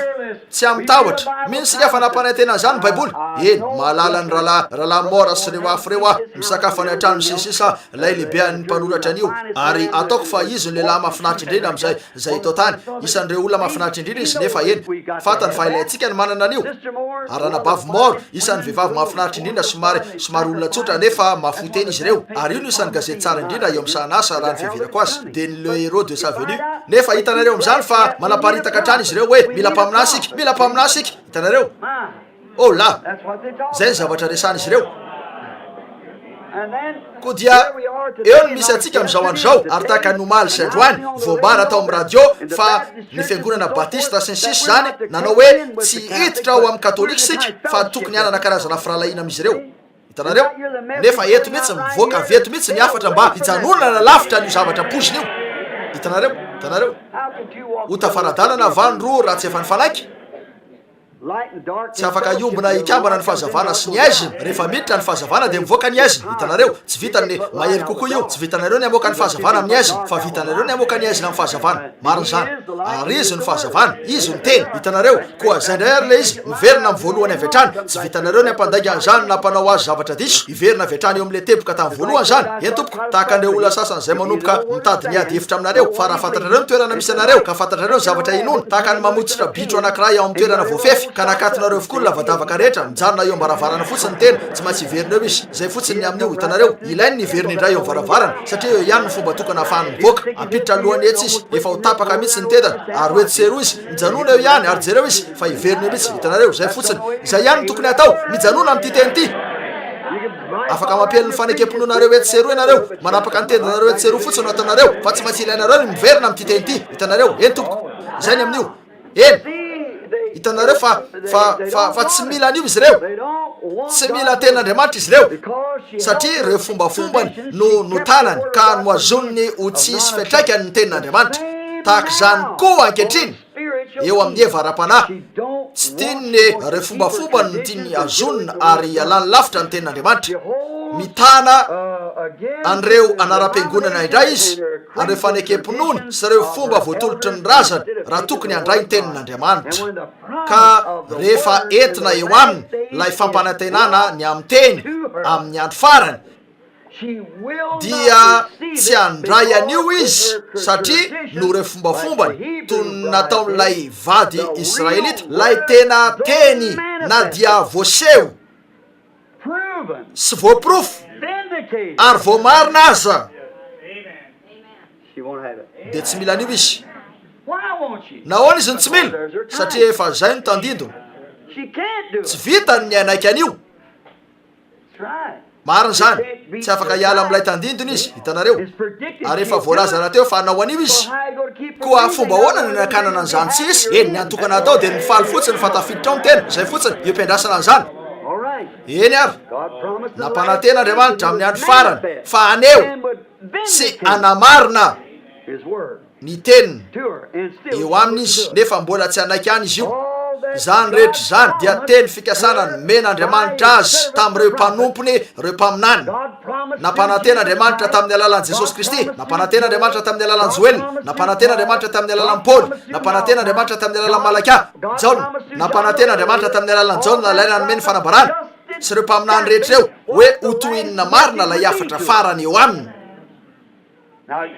Eny raha tianareo raisina tsoratra zany mazava ho azy hainareo rehetra zany. Jesosy Jaona 4:12 ary Joel 2:30, Paoly Timoty 2:3, Malaka ny toko 4 ary Jaona laina nomeny fanambarana, Apokalipsy 10:17 ny voalohany hatramin'ny 17. Hitanareo izany tokoa ny zavatra mitranga amin'izao fotoana izao. Ary ho an'ny fiangonana ino zany? Lay teny tonga vatana sy tonga nofo eo anivon'ny vahoaka ndray. Hitanareo nefa tsy nohon' izy ireo tsotro zao io. Fantatrareo ve ny voalazan'i Jesosy fony izy nahita fa rehefa nanao an'ireo fagagahan'ireo teo anatrehan'izy ireo izy ka nanaporofony tena no Andriamanitra noporofony zany tamin'izay zavatra nataony zany izy tena nataony tokoa zany. Hoy izy tamin'ireo hoy izy ianao ry Kapernaoma izay nasandratra hatrany an-danitra raha reo asa natao ka tany Sodoma no natao reo asa lehibe izay natao teo aminao dia ho naharitra mbaraka androany izy. Marina zany ary tao Kapernaoma tsy nanao ninonina mihitsy izy afa-tsy nanasitrana olona vitsy ary nanambara ny zava-miafy nataompon'izy ireo dia lasa nandeha zay fotsiny. Hitanareo tsy nalala izy ireo hoe inona moa reo asa lehibe nieritreretiny fa ho programa lehibe mijoalajoalaka mitsangana ny olona rehetra dia manao ny kabary ny mpitsara ary milalao ny zava-maneno ary miofahofa saina ary ny vehivavy mitafy mihaja ary ny ka maneno mafy dia mila miditra eo avokoa reo doktorany filozofia, doktorany lalàna miaraka amin'ny satroka miavaka tsara sy vozon'akanjo mivadika sisisy zany ka zavatra lehibe hoy Andriamanitra fadalà zany. Fa manangana zavatra kely zay mety tsy mahay manavaka loatra korony abdiana izy mba anatanteraka zavatra ka ampirehitra n'ilay tena fiangonana nefa ilazany hafa rehetra hoe andiana olirolery io. Antson'Andriamanitra zany hoe lehibe, zao tontolo zao miantso an'io hoe fahadalàna. Zay antsony zao tontolo zao hoe lehibe, Andriamanitra miantso an'io hoe fahadalàna. Hitanareo fa matika fotsiny, hitanareo fa ny zavatra efa nampanantenaina Andriamanitra dia ho tanteраhan'Andriamanitra sady efa notanterahiny. Hitanareo eo ary misy atsika nefa mbola lay nataony tamin'izany ihany no ataony lay eva Israelita tsy anaiky anitsotro zao izy. Azonareo ataony anangana ny maty, azonareo ataony mahita ny fanan'Andriamanitra. Tonga Jesosy nanamarina ny tena no zanak'Andriamanitra izy. Zao aloha nanomboka nytory izy nefa ory anakapo fa tahaka ny karazan'olona hafa izy io, fa iza marina moa izy io. Ary tampotampoka teo nanomboka nylaza ny olona hoe mazava ho azy efa nilasa izy ireo teo aloha fony tonga lay nialolalana azy Jaona na ory eo ianaovany Mesia ozy tsia nefa efa eo anivonareo eo izy. Hitanareo nahoana fatany ny zavatra tokony ataony rehefa tonga eo ny afany, fatany ny zavatra andeha ataony. Tahaka ny Noa zay nitazana hatrany any Enoka, rehefa lasa Enoka dia hoy Noa tsaratsara ho antsika ny anakaiky kokory samy fiara atombotra ny andro. Nitazana ny Enoka hatrany Noa, hitanareo, ary niandry an'ilay famantarana nambarany Jesosy azy Jaona na nambaran'Andriamanitra azy ho jerena. Hoy izy efa eto aminareo eto izy ankehitriny, eto anivonareo eto tsy mahafantatra azy aho nefa ho fantatra any izy. Raha njoro teo izy dia oreo tsy hanaovany Mesia, oreo ny fobe naniraka anay. Oreo reo olona sy ny sisany nandefanay eto. Raha ianao ny Mesia nahoana ianao ny tsy tonga mampahafantatra ny tenanao aty aminay fa tsy eo amin'io andiana zavatra tsy fantatra io. Miakara ianao aty ary ampahafantariny tenanao. Hoy izy tsy zany Mesia. Hoy izy zany ho feo an'ny miantso any anefitra. Tena nandalo fotsiny teo ambony lohan'izy ireo zany, tsy nisy fatany ny amin'io. Hitanareo ny andro ny fahatongavany anefa izy ireo na dia zany azy fa tsy olona toy zao kosa olona atsiravina be raha zao. Sekolitaiza ny voanao tsy nisy. Anananao ve ny karatry ny fikambanana? Inona zany? Hitanareo voaositr'Andriamanitra izy io teo. Hoy izy misy zavatra kosa ananako efa mipetraka eo amin'ny fototry ny azo sady ny famaky. Eny zay ihany nananany miteny tamin'ny fomba fitenin'olona avy any anaty ala izy fa tsy tamin'ny fomba fitenin'ny mpikambana amin'ny fiangonana, menarana, famaky, azo sy sisa. Tsy niresaka tamin'ny fomba fitenin'ny mpiangona. Nilaza nefa Jesosy fa tsy mbola nisy mpaminany tahaka azy. Amin'izay nateraka ny vehivavy tsy misy tahaka azy mandrak'androany. Marina zany mihoatra lavitra noho ny mpaminany izy no iraky ny fanekena. Zay njoro nanelanelana an'ireo vanim-potoana rony izy teo. Hitanareo mihoatra lavitra noho ny mpaminany. Ko dia tsy nalala azy izy ireo, tsy azony ny aminy karazan'ireny olona somary hafahafa reny izy, ko dia diso azy izy ireo. Hitanareo aveo noho nitonga Jesosy teo azo antoka fa tsy hanaiky azy izy ireo. Anty zanaka mpandrafitra ty tsy mbola nisy tahaka zany mihitsy. Teo ihany koa ny anaran-dratsy napetany taminy hoe zazasara, ary izy tsy izy ireo mihitsy no nakeo amin'ny olona toy zany fa jereo zavatra nataon'Andriamanitra. Reo olona tsy nianatra, mahantra, mpanjono avy any anaty ala, mpiompy ary janga no nalainy fa navelana ankilan'ireo manakaja. Nahoana? Nahoana izy nanao an'izany? Nahoana izy nanao karazan-javatra toy zany? Mba azonareo eritreretina ve? Satria nahafantatra azy ho teny reto olona sasany reto. Ankehitriny andesika hijery an'izy ireo fotoana fomonjy. Indro misy mpanjono antitra tsy nampianarina, tsy mahay manoratra ny anarany. Milaza ny Baiboly fa tsy nampianarina sy tsy nahalalana izy. Entiny eo ny trondrony ary apetrany eo zany. Makeo izy mba hijery ny antony isian'io tabataba rehetra io. Nefa tao anatin'ny lalina tao efa fatany fa nilaza ny Baiboly hoe ny Mesia, ny andro ny Mesia ny Hebreo rehetra. Satria tsy matsisy zavatra araka ny soratra masina hitranga rehefa tonga izy. Nisy Mesia maro isan-karazany nipoitra teo ka nanao hoe zano izy dia nahasarika olona anjatony maro izy ka ringana sy ny sisa. Nefa eny mamily ny olona tsy hahita ilay tena izy zany rehefa tena tonga io. Efa teo amintsika ireo akanjo sy ireo kapotiny Eli sy ny sisa rehetra. Nefa zany dia mamily ny olona fotsiny tsy hahita ilay tena zavatra rehefa tonga io. Hitanareo marina zany nisy karazany olona maro nanao roby sy fitafina ary navelany miaraka tamin'ireo karazana lamba so nataona ny didina sy ny maro hafa koa. Zany dia manamarina fotsiny ihany tahaka ny dolara sandoka maneo io fa misy tena izy any moany raha vitanareo fotsiny mahitan'io. Hitanareo ko dia indro fa tonga izy dia nivoaka teo ary ireo manakaja nefa nifikitra loatra teo amin'ireo solony izay nananany izy ireo fa oreo eny raha tonga ny Mesia azo antoka fa ho tonga eo amin'ny Kaiafa izy, ho tonga atao amin'ny anaram-piangonantsika izy, ho tonga eo amin'ny Fariseo izy, ho ny Sadoseo eritrereto zany, ho tonga eo amin'ny Sadoseo izy. Zay no nisy teo amin'izy ireo. Hitanareo zavatra toy zany ihany misy eo amin'izy ireo amin'izao andro ankehitriny zao. Eny noho ny tonga nefa izy dia tena hafa tokoa tonga izy. tena nyfanohitra mihitsy tamin'izay fieritreretana izy ireo nefa nyfanaraka tamin'ny teny natongavana saingy tsy nahafantatra ny teny izy ireo avelao aby ilazan'izany mazava mba hahafahanareo ka iletika tsara zany tiako azo tsara izy ty zay ny olana misy eo aminareo am'izao andrizao hitanareo tsy fantatrareo ny teny hitanareo ho jesosy ainareo ny hamantatra ny tarehan'ny lanitra fa tsy hainareo ny hamantatra ny famantarana ny fotoana oreo manana ny mosesy zahay koa ozy raha mba nafantatra ny mosesy ianareo de ho nafantatra tsy nafantatra mosesy izy ireo ka zay no antony tsy nafantarany ny fanekemponoana ny kitrehan'izy ireo tao ihany ny fantany ankehitriny andesika ndray an'io mpanjonahitra io apetrany eo ny sobikany nambamboariny ny sominy fotsy de rasy izy ataoko fa ho hitako eo hoe izy io hoy ny rahalany avy andesika keny ozy mbola io lehilahy io ihany io lehilahy io lay nolazain'izy ireo ndray andro iny fa nijanona teo aminy any nandritry ny alina ho maly arivo fantatra moa jao na lay nyresahako anao iny ie le olona dietsiny ie nareny aminy ah fa ho simona mahery fo ianareo tsara ozy nareny aminy ah tery ie efa roa na telo volana lasa teo zay tetsy ya eny ozy fa teo izy ndray andro ary nisy zavatra fafa nolazainy ozy fantatrareo tsara fa am'izao fotoana zao mihitsy ny aviny hoy ny olona ahoana ny alaranao an'izany todika teo zay tsy nisy afa-tsy lehilahy tony rehetra ihany ny teo ozy za mahita ny fanan'andriamanitra midina taka ny voro malala areko nisy fiainana hoe io no izy io ny zanako malalako zay sitrako honenany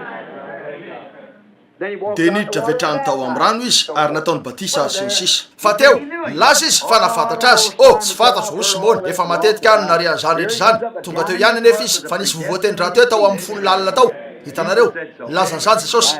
eny nakeo aminy izy nakeo izy nanao hoe akeo amin'ny fivoriana mba hijery nakeo ary izy teo ary jesosy lehilahy kely tony rehetra ihany nakeo izy ozy fa simona no anaranao ary jona no anarany rainao tsy hainy ny atao teo nahoana voakasika io voan'ny fiainana mandrakizay kely tao anatin'ny tao io eny tompoko hoy izy andraso kely ahoana zany tsy mbola nahita mihitsy ianao tsy fantatrao ihany koa ny dadako satria efa mataona ny maro nafatesana nefa indro ianao fa tonga milaza n'izany amiko eny fantatro fa milaza ny baiboly eny tsy mijery totika amin'izay lazain'ny olona zany fa nilaza ny baiboly hoe hompaminany ny mesia indro izy fa eto io no izy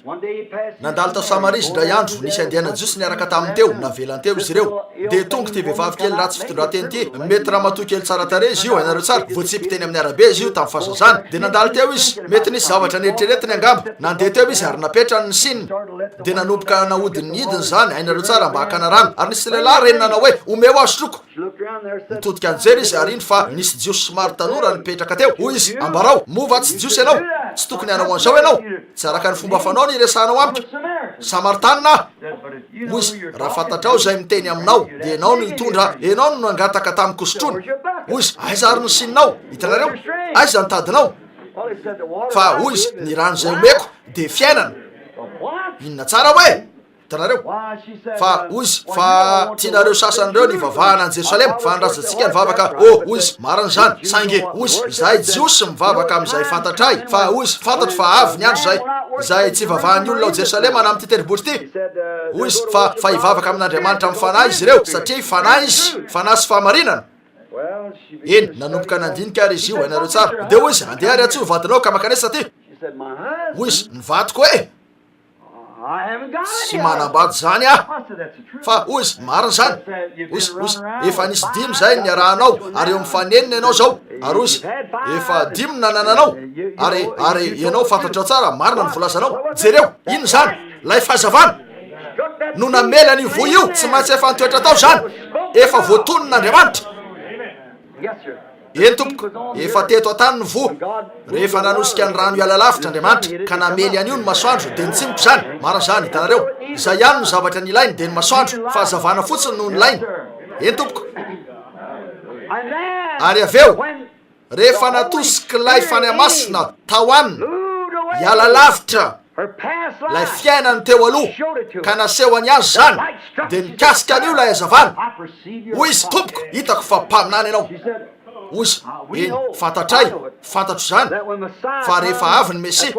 de zao zavatra zao no ataony ary efa njato ny taona maro zay ny tsy nanananay mpaminany tsy nisy tena mpaminany marina teo aminay efa njato ny taona maro zay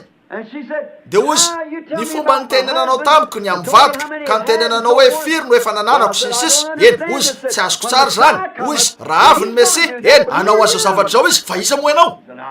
hoy izy zany hoy izy zay de vita hitanareo jangy io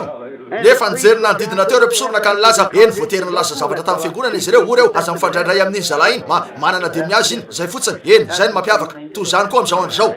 hitanareo toy zany koa am'izao andro zao tena mifanandrify mihitsy eny tompoko raha vehivavy nalala izy satria namely an'io lay azavana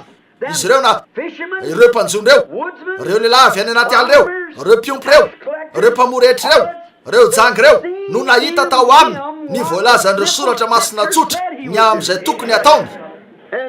nefa tsy afaka nahita an'izany ny fariseo noho ny fombafombany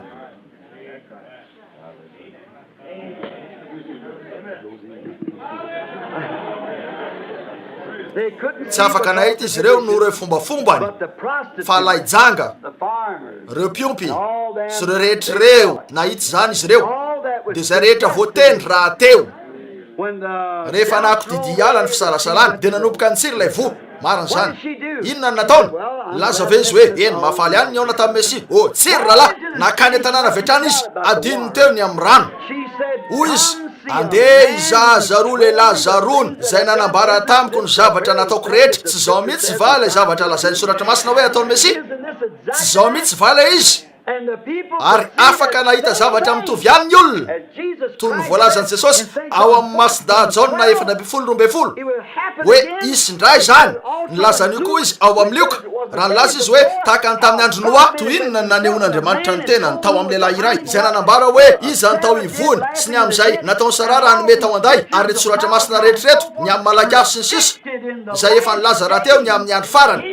hoy ny hebreo 4 hoe rehefa miverina ny teny nilaza ny malaka 4 fa amin'ny alalan'ny lehilahy iray no verenany zany hoy ny hebreo 4 ny tenin'andriamanitra dia mahay mamantatra ny fisainana izay misy ao am-po ary afaka mahita an'izany mitrangy izy reo nefa miala manalavitra ny fotsiny re fombafomba ny manaka an'azy ireo tsy ahity zany ka mahatonga an'io tsisy fiatraikany eny eo indrindra ny misy atsika zay fotsiny fantatrareo fa vita ny anao zavatra toy zany am'izao andro zao ho avy eo misehitra avetrany izy ka moka zavatra mitovy tam'izay nataony teo arak'izay voalazany fahataony hitanareo nampanantenany anao an'io izy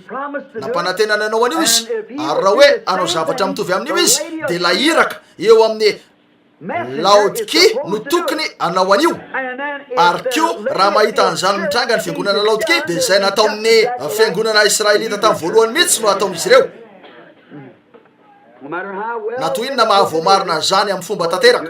de mbola zay ihany nataon'izy ireo la eny milaza zany fa zay no isy iverina amin'ny teny tamin'ny voalohany sika ka ho voaseho araka ny fampanantenany zany mba ampidina indray an'ilay finoana iverina lay finoana voalohany ka raha mampafantatra ny tenany izy hoe izy ny monina eo anivon'ny vahoakany amin'ny fanaovany an'reto zavatra reto vitany mihitsy azany hoe asara izy sady voaprofa raha scientifika fa mbola tsy mino an'io ihany izy ireo nefa voaprofa navelany maso mekanika ny fankatsary akasary raha mbola teo izy de io andriafy ihany tsy miova marisa an'io ary manak'izay hebreo 13:7 mba neonan'io ara-scientifika sy tamin'ireo fomba hafa ara-scientifika sy eo amin'ny sehatra ara-panahy voamarina tamin'ny fomba rehetra mety isy efa voamarina zany ary fantatrareo fa mety anao zavatra mitovy ihany izy ireo mety analavitra nitsotro zao ka anao zavatra mitovy tamin'izay fa nataon'izy ireo teo anampy atsika ny Andriamanitra ajantsika eo fotsiny zany nefa anampy atsika hitany Andriamanitra ankehitriny zay ny vavaka raha tonga eo sika ankehitriny satria tsy te hitazona anareo ela anampy atsika hitany Andriamanitra inoko fa mety efa eo amintsika ny fanahy ka mety zao ny fotoana anampiny atsika mba hanambara anokafana an'ity tompo kasety andesika maky araka ny fahitantsika ny toerana nidiran'ny fiangonana hitatsika ny toerana nisy azy hitatsika ny nataon'izy ireo hitatsika hoe aiza ny toerana tokony isy azy hitatsika eo zany ary hitatsika ny zavatra efa voalaza fa ataon'izy ireo izay mihitsy ny nataon'izy ireo ankehitriny hitanareo ve ny toerana misy atsika ianareo no mitsara tsy afaka hitsara tompona andraikitra ny amin'ny fitondrana nyity teny ty fotsiny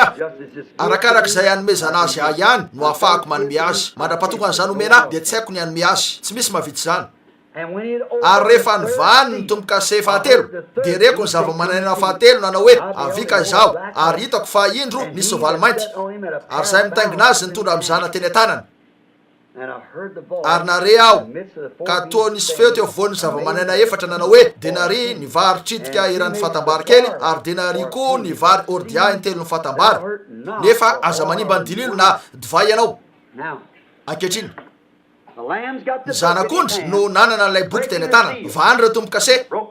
ny vahany ny voalohany ny faharoa ary mamany fahatelo izy eto ary raha empamanana izy empamanana io ny zanak'ondry an'ilay tompo kase fahatelo ny zava-mananana fahatelo eny firy ny malala hoe tahaka ny ahoana ny endrika ny zava-mananana fahatelo nanana endrika tahaka ny olona nanana endrika tahaka ny liona ny voalohany nanana endrika tahaka ny zanak'omby ny anankiray na omby ary nanana endrika tahaka ny olona ny fahatelo tahaka ny olona ary reny lay zavatra mananaina lay zava-mananay zavatra mananaina tahaka ny olona nanao tamin'jaona hoe avy ka zaho ny am'izany io zava-miafina zay nafenina io nandriditra n'io taona rehetra ny sy ny fanavotan'io hatramin'ny fandrenana zao tontolo zao nafenina tao ambanin'ity tompo kasety izany de zay zavatra hitranga eny avy jery ny amin'io ko dia sokafany zany misy kotrokorana manena ary sokafany zanak'ondry re tompo kase eny de nandroso teo zao nahitany hoe oto inona zany inona no hitany teo sovaly mainty no hitany ary nisy mizana teo am'ilay nitaingina azy na fandanjaretany teny an-tanany eny izay no zavatra voalohany hitany rehefa nanambaran'izany lay zanak'ondry naman'ilay tompo kase de hoy zava-manana manaraka hitanareo fa reo zava-manana reo ny fandimby manao fanambarana hoe avy zaho ary jao navy teo am'izay nisy azy angamba tahaka zao de nandrosonakeo izy rehefa nanokatra lay zanak'ondry nandroso teo izy matetika misy kotrokorana ary arak'izay efa hitantsika tamin'ny tompo kase voalohany ary mijery izy mba ahitany zavatra mitranga de mahita lehilahy ray manatony izy aloha eo am'soavaly fotsy jereny izy fa mitainginan'io ary eo am'izany hatrany any mahita azy hatramin'ny farany jaona hitany izy fa tonga miaraka amin'ny soavaly ny fotsy misy tsipika eny an-tanany zay no nananan'ilay mpitaingy soavaly nefa tsy nisy zana tsipika teo aminy ary ny zavatra hitany manaraka mahasatro boninahitra izy mitaingina eo amin'io hatrany any avy eo de hitantsika tamin'izany fa tonga eto indray lay zanak'ondry sokafandray ny anankiray mijery izy ankehitriny indro misy soavaly mena tonga manana sabatra eny an-tanany io lehilahy io mitaingina eo hatrany any izy manerana soratra masina eny miaraka amin'ny sabatra eny an-tanany io ary teo izy mba hamono sy anaisotra ny fihavanana amin'ny tany ankehitriny manokatra tompo kase hafa indray zanak'ondry misy zavatra mananaina hafa indray tahaka ny olona nanao hoe avy zaho de nandroso teo izy mba hahitaniny amin'io ary rehefa nisy zany de indry fa misy mitaingina soavaly mainty tonga fa omaly ariva hitantsika teo fa lay mpitaingy soavaly zay nitaingina lay soavaly fotsy ihany no teo amin'ity soavaly mainty ary niantso mafy lay feo teo anivon'ireo zava-mananaina hitanareo indro ary nakeo izy mba hijeriny amin'io izy nitao am'reto zava-mananaina reto de nahita ny soavaly mainty io izy ary rehefa ny feo teo avoany zava-mananaina efatra niantso mafy hoe de nary ny vary tritika eran'ny fatambary kely ary de nary koa ny vary ordia intelo fatambary nefa aza manimba ny diloelo na divay ianao hitanareo io mpitaingy soavaly io andesika iresaka ny aminy raha tsikaritra reo lay mpitaingy soavaly voalohany hoe izy ary hitantsika tamin'izany omaly ariva araka ny soratra masina hoe lay olona teo ihany io mpitaingy soavaly faharoa io saingy teo amin'ny soavaly hafa fotsiny inona no nitranga nanovany fanimpony izy hitanareo eny hitantsika tamin'izany fa antikristy izy ary nanova ny toerana izy hitantsika tamin'izany fa fony tamin'ny voalohany soavaly fotsy ihany izy io ary lasa fampianarana eny ratsika tao amin'ny soratra masina ny tsiraray tam'izy reto hitanareo ankehitriny jereo tsara misy atsika zao arivo zao de io taonany fiangonana hafety io hitanareo tonga eo amin'ny taonany fiangonana fahatelo sika eto hitanareo eo amin'ny taonany fiangonana fahatelo mihitsy eo ny tena mifanaraka amin'le soavaly fahatelo hitanareo ankehitriny ny taonany fiangonana voalohany inona nisy teo reo nikolaita zay nanana fampianarana eny zay no teo amin'ny voalohany eny ary avy eo tampotampoka teo nahazo vana sy nikeny io fampianarana nikolaita io ka nanao ny asany ary nasiny izy ireo satry boninahitra io olona io avy eo io fanahy antikristy io no tonga vatana tao amin'ny lehilahy iray hitanareo ary hitantsika tamin'izany fa taty oarina lasa devoly tonga vatana ihany koa izy mandeha mialany de miah ary miditra ny devoly ary toy ny maizan'io fiangonana mihitsy toy ny fandrosoan'ilay fiangonana antikristy de toy zany ihany koa no nandalovan'ny ampakariny teo amin'ny zavatra maro isan-karazany tamin'ny fanamarinana fanamasinana batesan'ny fanahy masina ary ny toy nandroso ihany zany eny tahaka zany ihany fa izao fotsiny ny fifoazan'izy ireo de aty amin'ny voalohany fa nian'ny fiangonana de any aparana reo taona telo voalohany reo dingana telo voalohany teo amin'izy ireo no nitondra eo amin'ny taonany fahamazinana avy eo ny fahatelo amin'ny dingana telo no ivoahan'ny fiangonana avy amin'ny fanamarinana fanamasinana batesan'ny fanahy masina hatramin'ny hoe andriamanitra tonga vatana sy voaseho anivontsika indry fa miditra izy io amin'ny antikristy amin'ny mampaminany satroka aveo ilay bibidia aveo tonga amin'ny taonany famazinana fa mivoaka aveo amin'ny taonany famazinana ny fiangonana fanamarinana fanamasinana batisa fany masina teny tonga nofo arak'izay misy ankehitriny eny midina izy io hitanareo ve zany midina izy io ny fiangonana miakatra hitanareo tena tanteraka tsy misy tak zany mahafinaritra zany tiako tsotro zao olona iray ihany io mpitaingy soavaly io saingy dingana hafa teo amin'ny fanimpony ny dingana voalohany soavaly fotsy eny mpampianatra fotsiny izy teo mpampianatra antikristy fotsiny nanohitra ny tenin'Andriamanitra izy teo ary eto ahoana ny mahatonga ny olona ho antikristy zay rehetra mandaka milaza fa tsy fahamarinana ty teny rehetra ty ka hoe tsy mila ampianarina arak'izany dia antikristy satria mandany ny teny izy ireo nefa izy de teny ankehitriny ny dingana voalohany soavaly fotsy mpampianatra fotsiny izy teo saingy nisy fanany antikristy tao amin'ny fampianarany sy tao amin'ny naizy azy tsy nanatsiny ny endriny tahaka ny tsy mahavita manimba ny endriny nanao ny diany fotsiny izy zay ny fomba fidina satana fa tsoralahy izy io nambarany aneva hoe eny ainao fa mitady fahendrena ianao tsy hainao akory ny mety sy ny tsy mety ozy eny raha mba nisokatra matsy ny masonao de ho nafantatra ny amin'io ianao ary ozy mahafinaritra ny voany azo tsara zany mahafinaritra ny maso tokony haka amin'io ianao ankehitriny tsy haina hoe marina zany na tsy sahoana tsy haiko nefa nilaza Andriamanitra hoe aza manao an'io fa eny fantatro nefa nilaza Andriamanitra fa izy hoe ho faty zahay ozy azo antoka fa tsy hainao zany izy hitanareo tena malefaka arak'izay mety ho hita jereo ny vitan'izany jereo ny poirany fanahy antikristy io teo anivon'ny fiangonana tamin'ny voalohany fampianarana nikolaita iray nikao mandresy ny laika manangana lehilahy ray masina zany de tena eny firalaina ihany tadiavinay fa mparitaka eny ianareo tsy malala ny hafa hoe aiza ny sasany ataoko fa tokony hanana rafim-piangonana sika mba hiavahana amin'ny hafa hitanareo ampikambana ny tenantsika sika ka tokony hamoaka club avy amin'izany ary zany ny zava-misy tsy misy zany karazany zavatra tsona hoe fiangonana kristianina metodiste zany tsy fiangonana io fa club ny batista tsy fiangonana io club zany tokana ihany ny fiangonana de ilay vatana mistika ny Jesosy Kristy ary teraka ao amin'io ianareo marina zany noho ny fanendrena raha teo marina zany zay rehetra ny meno ny raya no anatony tsy misy mahay manatona raha tsy atsony ny ray izy ary zay rehetra ny meny ah no anatona koa zany zay no izy de mipetraka eo ilay zanak'ondry manao fifonana mandrapiditra ilay farany manelo ilay klosy kely de mivoaka izy ka maka ny fananany hitanareo zay fotsiny entiny any an-trano ny fiangonana ny azy ary atsipiny ao amin'ny fariafo ny fahavalo ary miara-miditra amin'ny ao koa ny azy rehetra de zay de miditra ao milenium misika aveo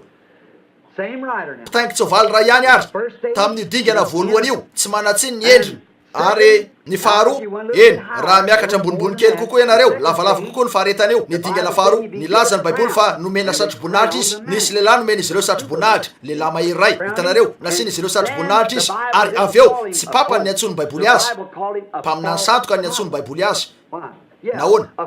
mazava ho azy fa tsy maintsy mpaminany santoka io no lay fanahiny antikristy zay manome fampianarana antikristy manohitra an'le teny tamin'ny voalohany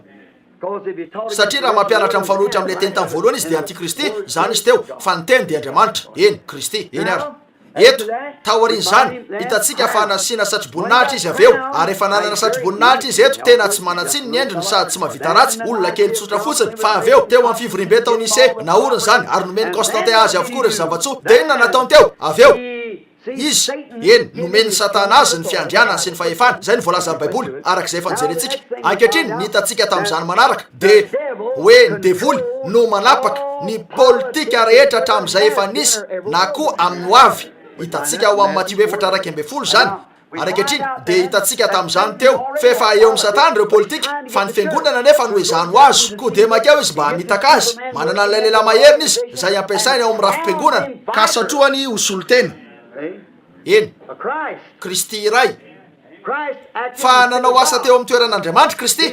hitanareo solotena ary io lehilahy io eo amin'ny toeran'Andriamanitra hitanareo mitovy ihany eo amin'ny toeran'Andriamanitra inona no asany dia ataony soloteny iray tao aorian'ny Kristy koa rehefa natao io de inona no nataony aveo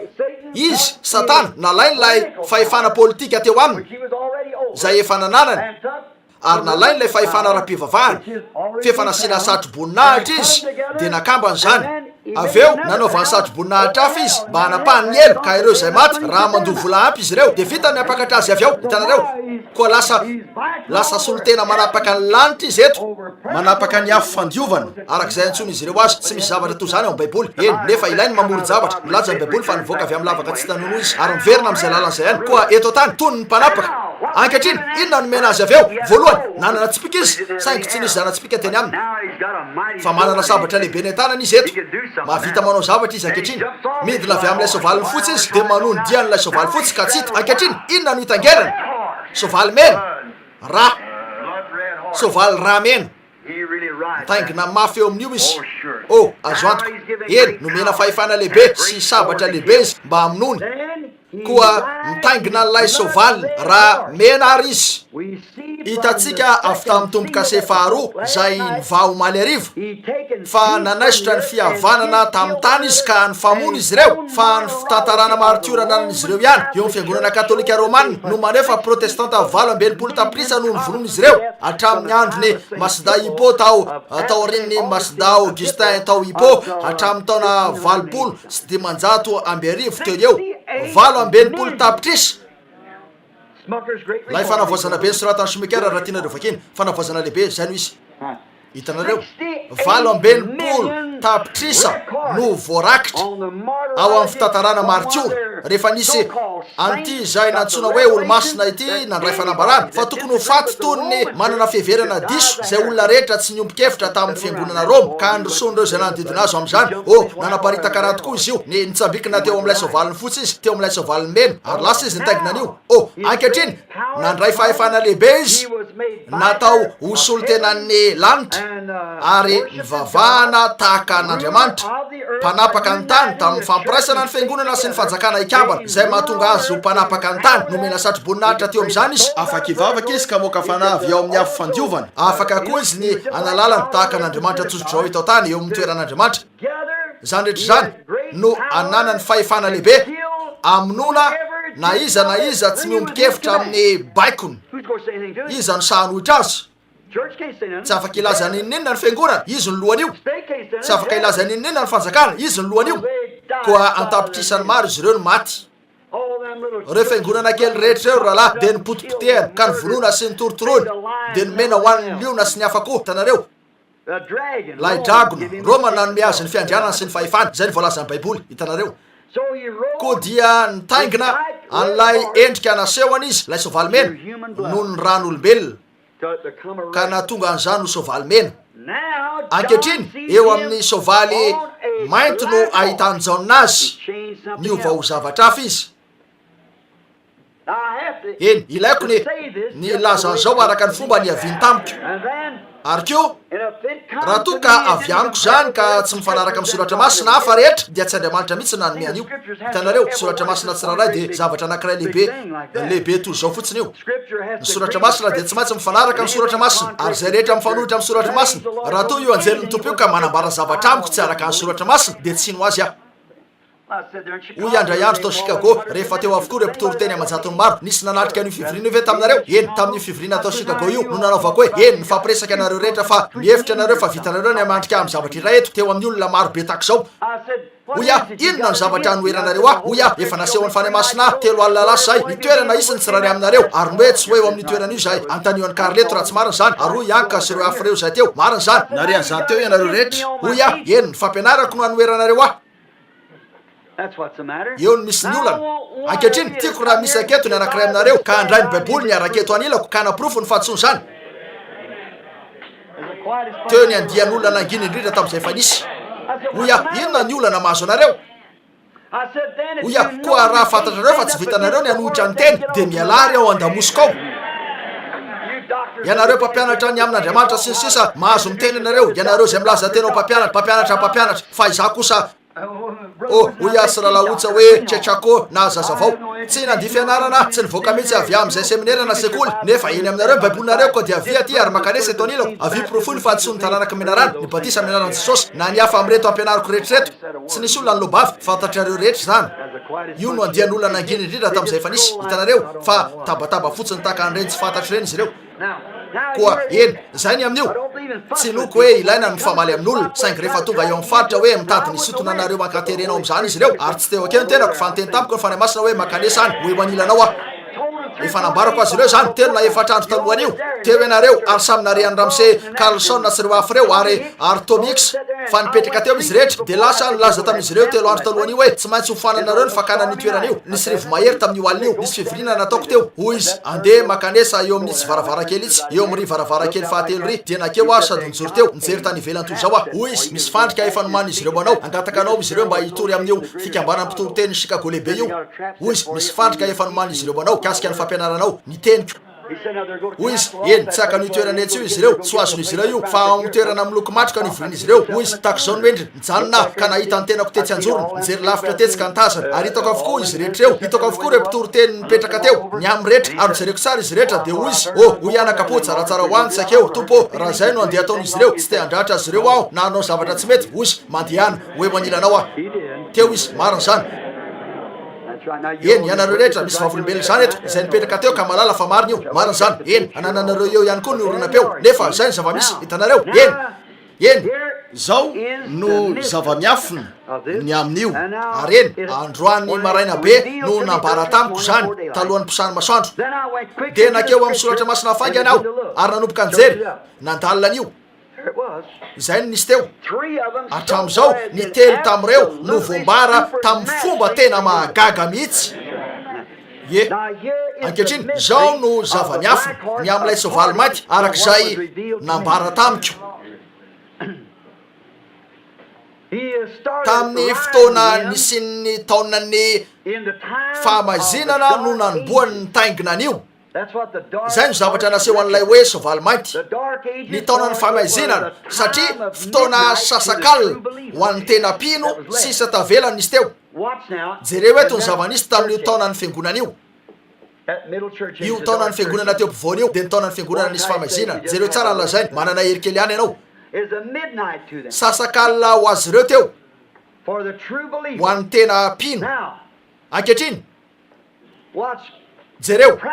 saiky ny sorona teo amin'io tena fiangonana io avokoa ny fanantenana rehetra satria io olona io no ny feny fiangonana sy ny fanjakana ino naro no ataon'izy ireo hitanareo ny katôlisisma no naka fanapahana teo amin'ny fiangonana sy ny fanjakana ary novonoana zay rehetra tsy ny fanaraka tamin'ny katôlisisma zay no antony nateo amin'ny soavaly mainty azy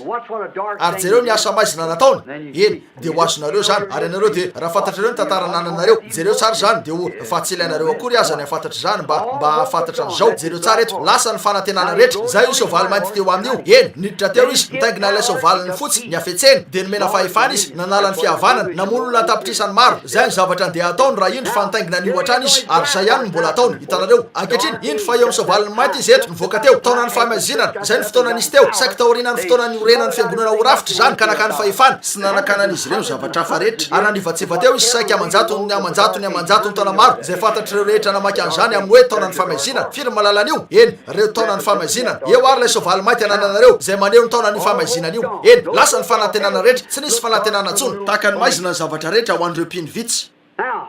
eny zay no antony ny antsonan'io nanehoana azy ho soavaly mainty nisy mizana na fandanjany etana teny an-tanana hitanareo zany manao antsy izy hoe denari ny vary tritika eran'ny fatabary ary denari koa ny vary ordia ny telo fatabary hitanareo rano marina ny vary tritika sy ny vary ordia no zavatra fototra iankina ny aina ranofo avy amin'io nanaovana mofo sy ny sisa nefa hitanareo fa namidiny tamin'ny olona io ny dikan'izany na midiny teo amin'ny olony io karazana fanantenana ho amin'ny fiainana zay natolony azy ireo io tamin'ny nampanaovany tamin'ny fotoany io mihitsy izy no nanomboka nivarotra vavaka tamin'izy ireo namidy ny vavaka zay ny mbola ataon'izy ireo ny neuvaine ranomarina inona no nataony teo naka ny areny zao toy zao lay fandanjany etana no nandanja hoe denare ny varotritika eran'ny fatambary kely ary denare koa ny vary ordia intelo ny fatambary lay nitaingina sovaly mainty eny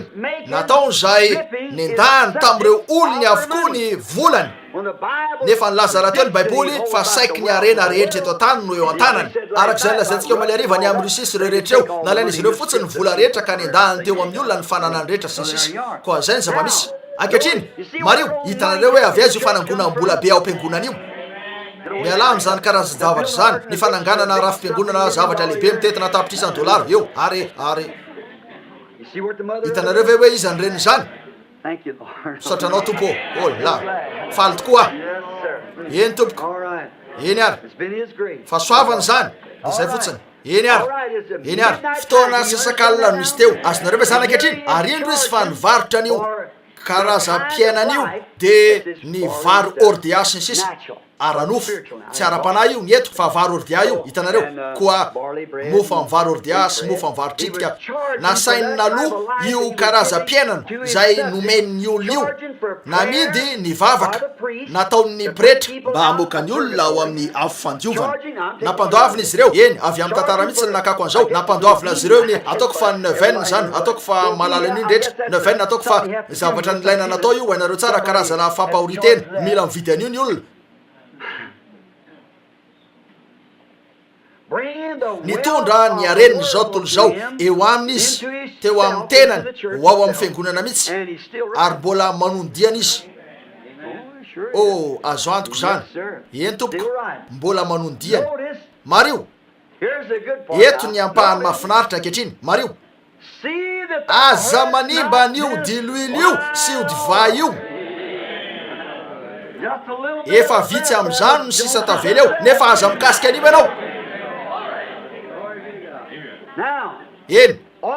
ny diloilo de maneho ny fanahy ny fanahy masina mioko andalany vitsivitsy anareo raha tianareo misy soratra masina roa eto ao amin'ny levitikosy 8:12 teo arona talohan'ny idirany tao ny lainy no voasitra tamin'ny diloilo anareo tsara ary eo amin'ny zakaria 4:12 ny fahatongavany diloilo mijononoka amin'ny refatsona ary voalaza hoe io ny fanahiko diloilo misy hafa koa raha tianareo jerena ny Matio 4:5 nisy an'ireo virjinina adala teo na 5:3 tsy nanana diloilo ny virjinina adala tsy nanana fanahy ary Matio 5:4 nanana diloilo tao amin'ny fanilo ny virjinina endry feno ny fanahy izy ireo ny fanahy maneho ny endriky ny fanahy ny diloilo voninahitra eny ary azonareo ve eny ary koa maneho ny endriky ny fanahy ny diloilo ary ny divay de maneho ny fanetsehan'ny fanambarana te hiazakazaka te tsy teroa teo fa gagana raha tsy namohan'ireo mifanilatrano aminay ah rehefa naneo tamiko an'izao ny tompo hitanareo ny fanetsehan'ny fanambarana hitanareo niara-ny asa trany ny diloilo sy ny divay ao amin'ny baiboly nalaiko ny concordance ary nijereko tsara nisy marobe am'izany eo zay tahaka zao zay iarahany divay sy ny diloilo tamin'ny fotoana rehetra hitanareo rehefa tena voambara marina am'ireo olony masina feny diloilo ny fahamarina ny tenin'Andriamanitra nampanatenainy dia tena misy fanetsehana eo amin'izy ireo fanetsehana ny divay amen voninahitra zay nitsapako am'izao fotoana zao fanetsehana mitondra hafaliana ika hitanareo ary rehefa eo zany dia mitovy ny fiatraikan'izany eo amin'izy ireo sy ny ataon'ny divay eo amin'ny olona ranofo satria rehefa nivoaka ny fanambarana ny amin'ny fahamarinana Andriamanitra ka feny diloilo ny tena pino ary voambara ny fanambarana de lasa lehibe loatra ny fanetsehana ka mahatonga azy io mampanao fietsika tsy fahita eo aminy eny voninahitra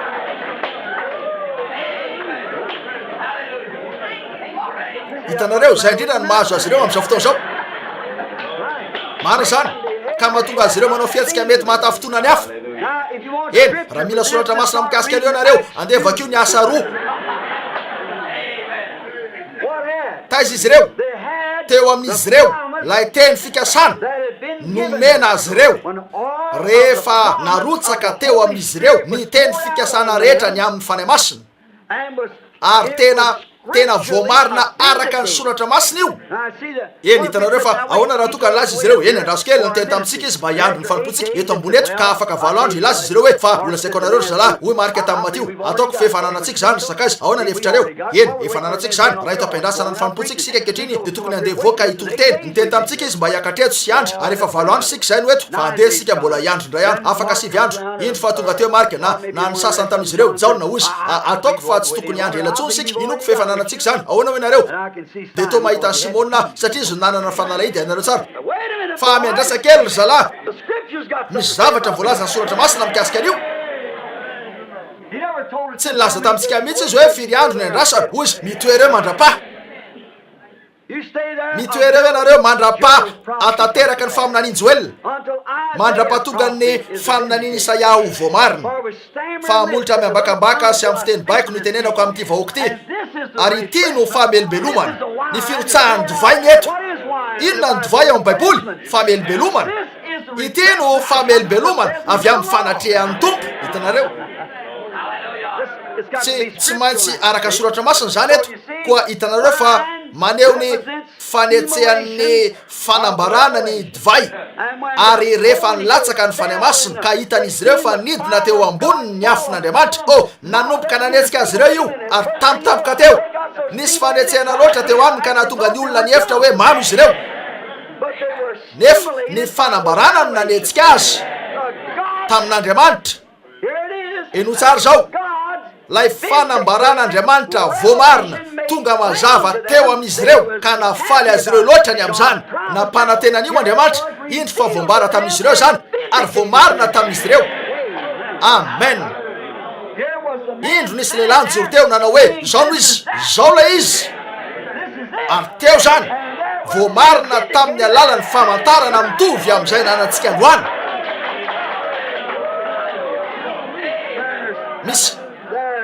misy ny fanetsehana noho ny fanambarana hitanareo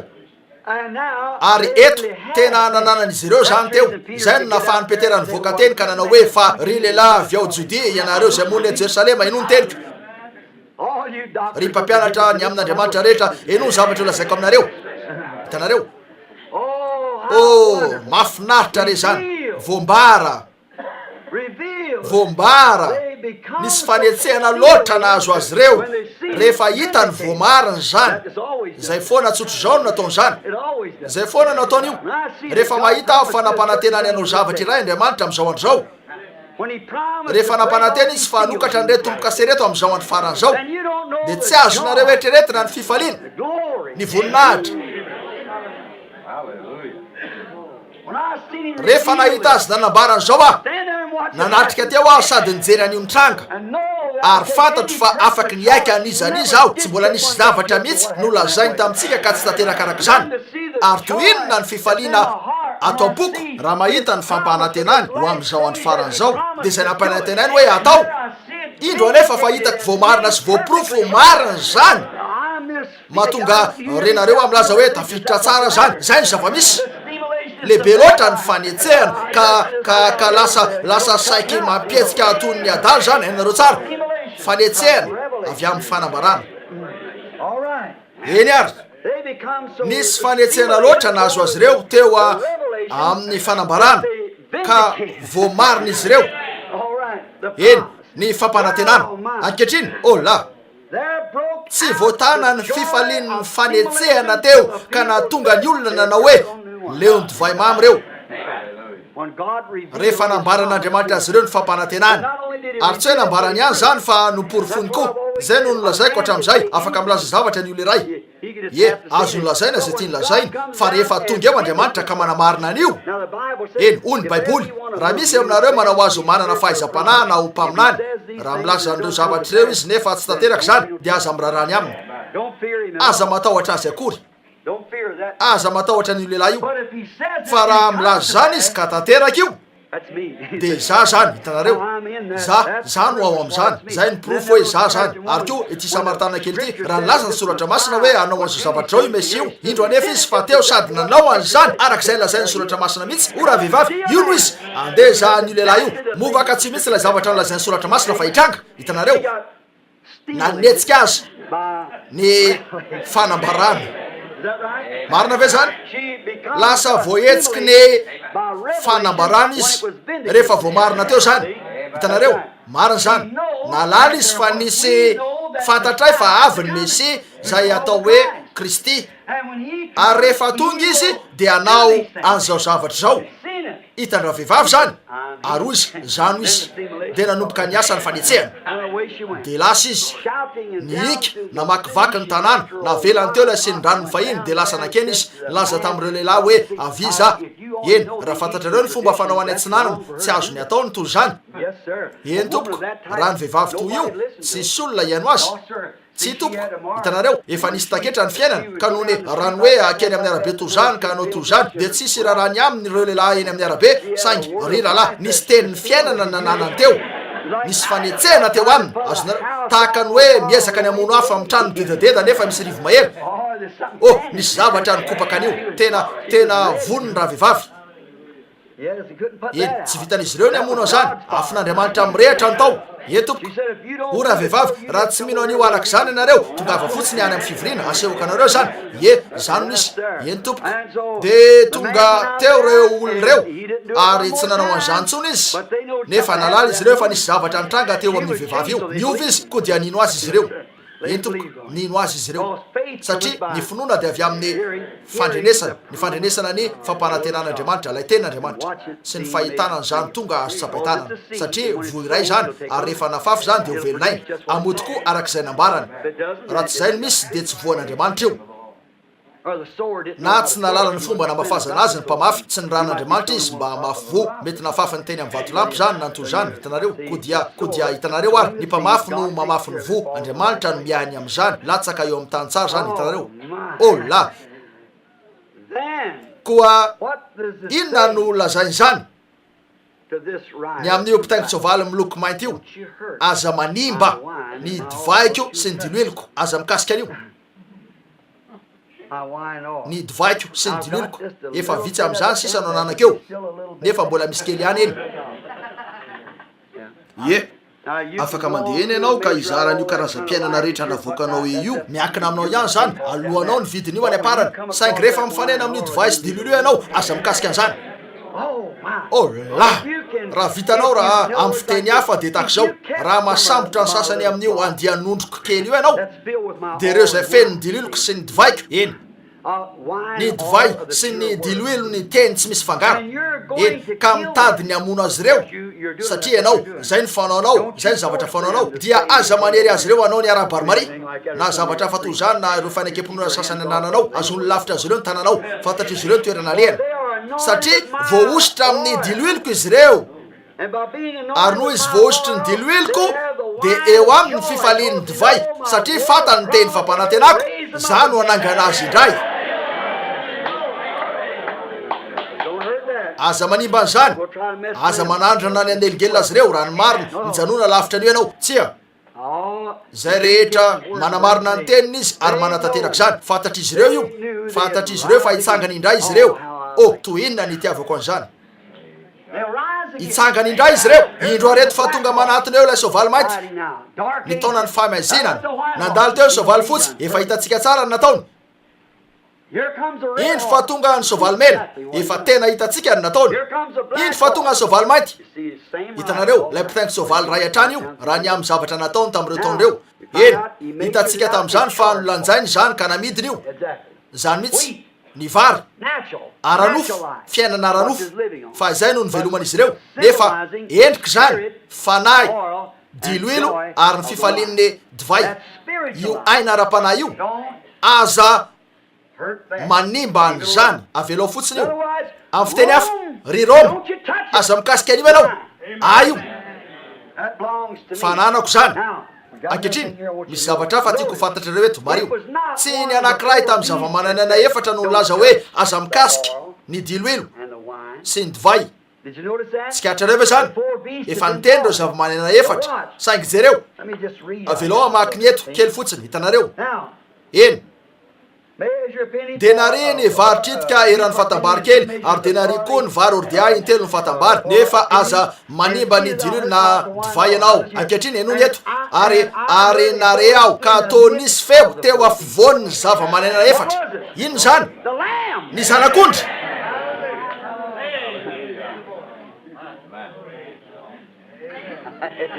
amen sy reo zava-manana efatra io ny zanak'ondry no ny lazan'io nahoana tonga akany azy izy fananana io navotany zany tanareo amen aza mikasika an'io dilolo io tsy tompoko tsy reo zava-manana efatra fa ny zanak'ondry izy no ny lazan'io ary ola ny zanak'ondry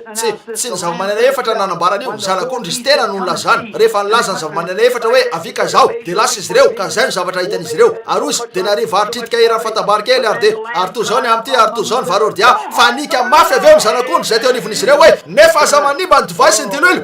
marina zany ola eno zao aza manimba an'io ianao sao alohanao zany ray androany ola amy sivy sasany koa amin'ny farafahazahoako azy amin'ny fahalalako azy sy am'izay rehetra inoko ato ampoko de zay no tena dikan'ireo tomboka se telo reo tesaotra an'andriamanitra any am'izany ary zao no lazaiky hoe zay no fanambarana nomeny ahy zany ny fanambarana ny amin'io ary tena inoko fa miaina amin'ny andro farany sika andray any sovaly atsatra io sika raha-pitso arivo tsy fantatro ny am'izany ankehitriny tsy fantatra Andriamanitra fa marina zany tsy misy fantatro mihitsy ny amin'io tsy misy mijery an'ireo tahiry soratra taona maro lasa nahita ny rahalahy Graham Snell na voatselo mety lasa nivoaka izy nefa tsaroko ny fotoana antoriko an'io teto fa iny nijereko zany mba ahitako ny zavatra nylazaiky taona maro lasa ndray andro rehefa nandalina ny boky ny apokalipsia de niraisiky indray mandeha reo sovaly efatra rehetra reo oya ny sovaly fotsy salasalana fa ny fiangonana tamin'ny voalohany zany tao amin'ny bokin'ireo adventiste ny namakiko an'io nisy zavatra nivakiko teo oya ilay fiangonana tamin'ny voalohany zay nivoaka andresy teo io ary sovaly maty ny manaraka oya tsy tadidiko ny atsoka ny sovaly maty io oya na ny sovaly mena no izy oya i sovaly io de midika angamba fa isy olana eny andalana ka midiky zany fa isy ady maro mifandraiky amin'io na zavatra to zany oya isy ady maro angamba oya zay angamba ny amin'io oya aveo ny sovaly atsa na ny sovaly maty oya midiky zany fa mety isy fotoana maizina eto tany rehefa hitsahatra tsy amiratra ny kitana rehetra iletika ny masoandro ary ny volana tsy amiratra itsony oya zay angamba dika zany oya ny sovaly atsatra midika aretina maro tongo zany eny tsy haiko ny dikan'io nefa zay io ny fandikako an'izany teo satria nanao arak'izay farafaizako fotsiny raha teo amipilipitra nefa saiky nisy zavatra voalazako eny ary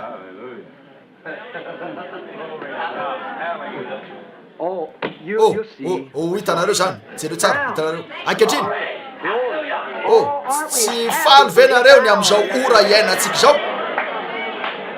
rehefa mahitan'io rehetra tonga eo amin'ny fiafaransika de zao no atao tsaiky rava reo firenena mifo ny Israely famantarana efanambaran'ireo mpaminany voisa ny andro ny jetilisa feno orooro izy reo miverena ry miahaka ho any aminareo akaiky ny andro fanavotana resy tahotra ny fon'ny olona aoka ho feno ny fanahy amboary sy diovy ny fanilonareo miandrandra akaiky ny fanavotana anareo ola mandanga reo mpaminany santoka mandany fahamarinan'Andriamanitra fa Jesosy Kristy no Andriamanitsika inonareva zany fa isika eo midian'ireo apôstôly akaiky ny andro fanavotana resy tahotra ny fon'ny olona aoka ho feno ny fanahy amboary sy diovy ny fanilonareo miandrandra akaiky ny fanavotana anareo. Tsy mahafinaritra va zany? Tiako zany, akaiky ny fanavotana. Isy mazava raha ariva ny andro, ho hitanao tokoa ny lalan'ny voninahitra. Mandalo rano no misy ny mazava ankehitriny, nalevina tamin'ny anarana soany Jesosy. Ry tanora sy antitra, mibebany amin'ny fahotanareo rehetra, azo antoka fa hiditra ny fany masina. Ho tonga reo hazavana takariva, marina tokoa fa tokana ihany Andriamanitra sy Kristy. Izy no tena. Oh la, mahafinaritra. Akatswela ny apakariny mba hoeo anilany mandrakizay ilay zanak'ondry. Iangona eo ny tafiky ny lanitra rehetra. Oh, ho andro be voninahitra zany. Mitafy fotsy ireo masina rehetra,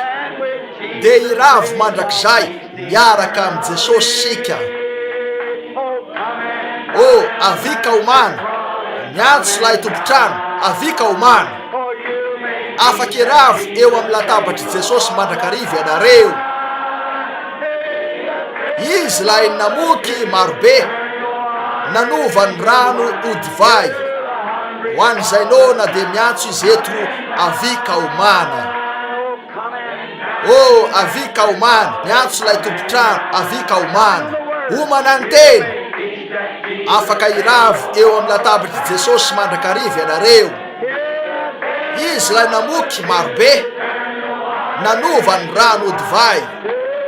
Ho an'izay nona dia miantso izy eto, avika omana. Oh la, nona va ianareo? Sambatra ny nona, sy mangetaeta ny fahamarinana. Tia azo va ianareo? Tia azo va ianareo? Ny feon'ilay tiako izy hoe ianareo tsara, andesika rehetra hitsangana ankehitriny, ary asandratsika ny tanantsika kasehotsika aminy ataopotsika. Tiako izy, satria ny tia mialoha. Eny ary sika rehetra ankehitriny. Tiako izy.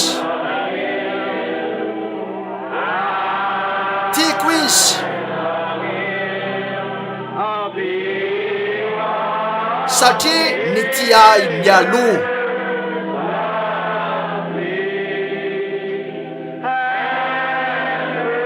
Ka maty ho famonjena ay.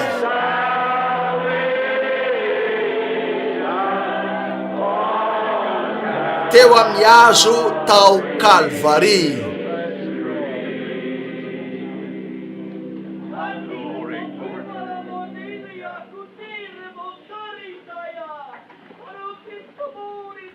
Misy rahalahy eto miteny amin'ny fiteny tsy fantatra.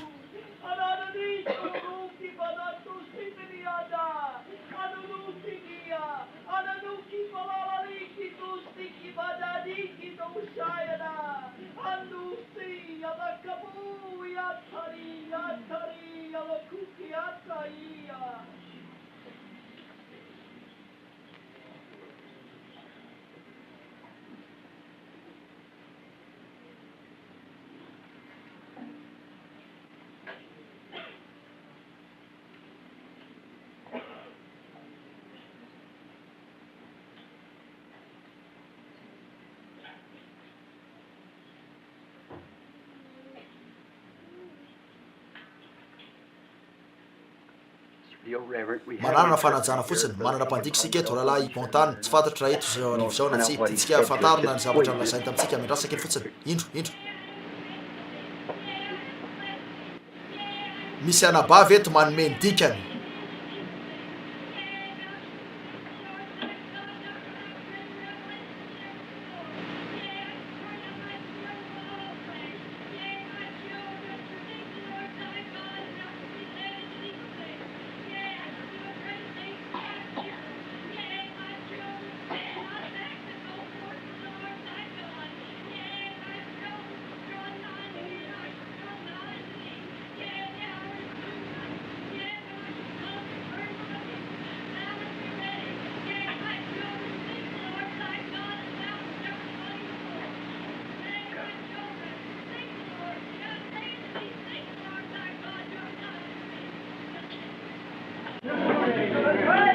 zany tokoa dia raina ny tompo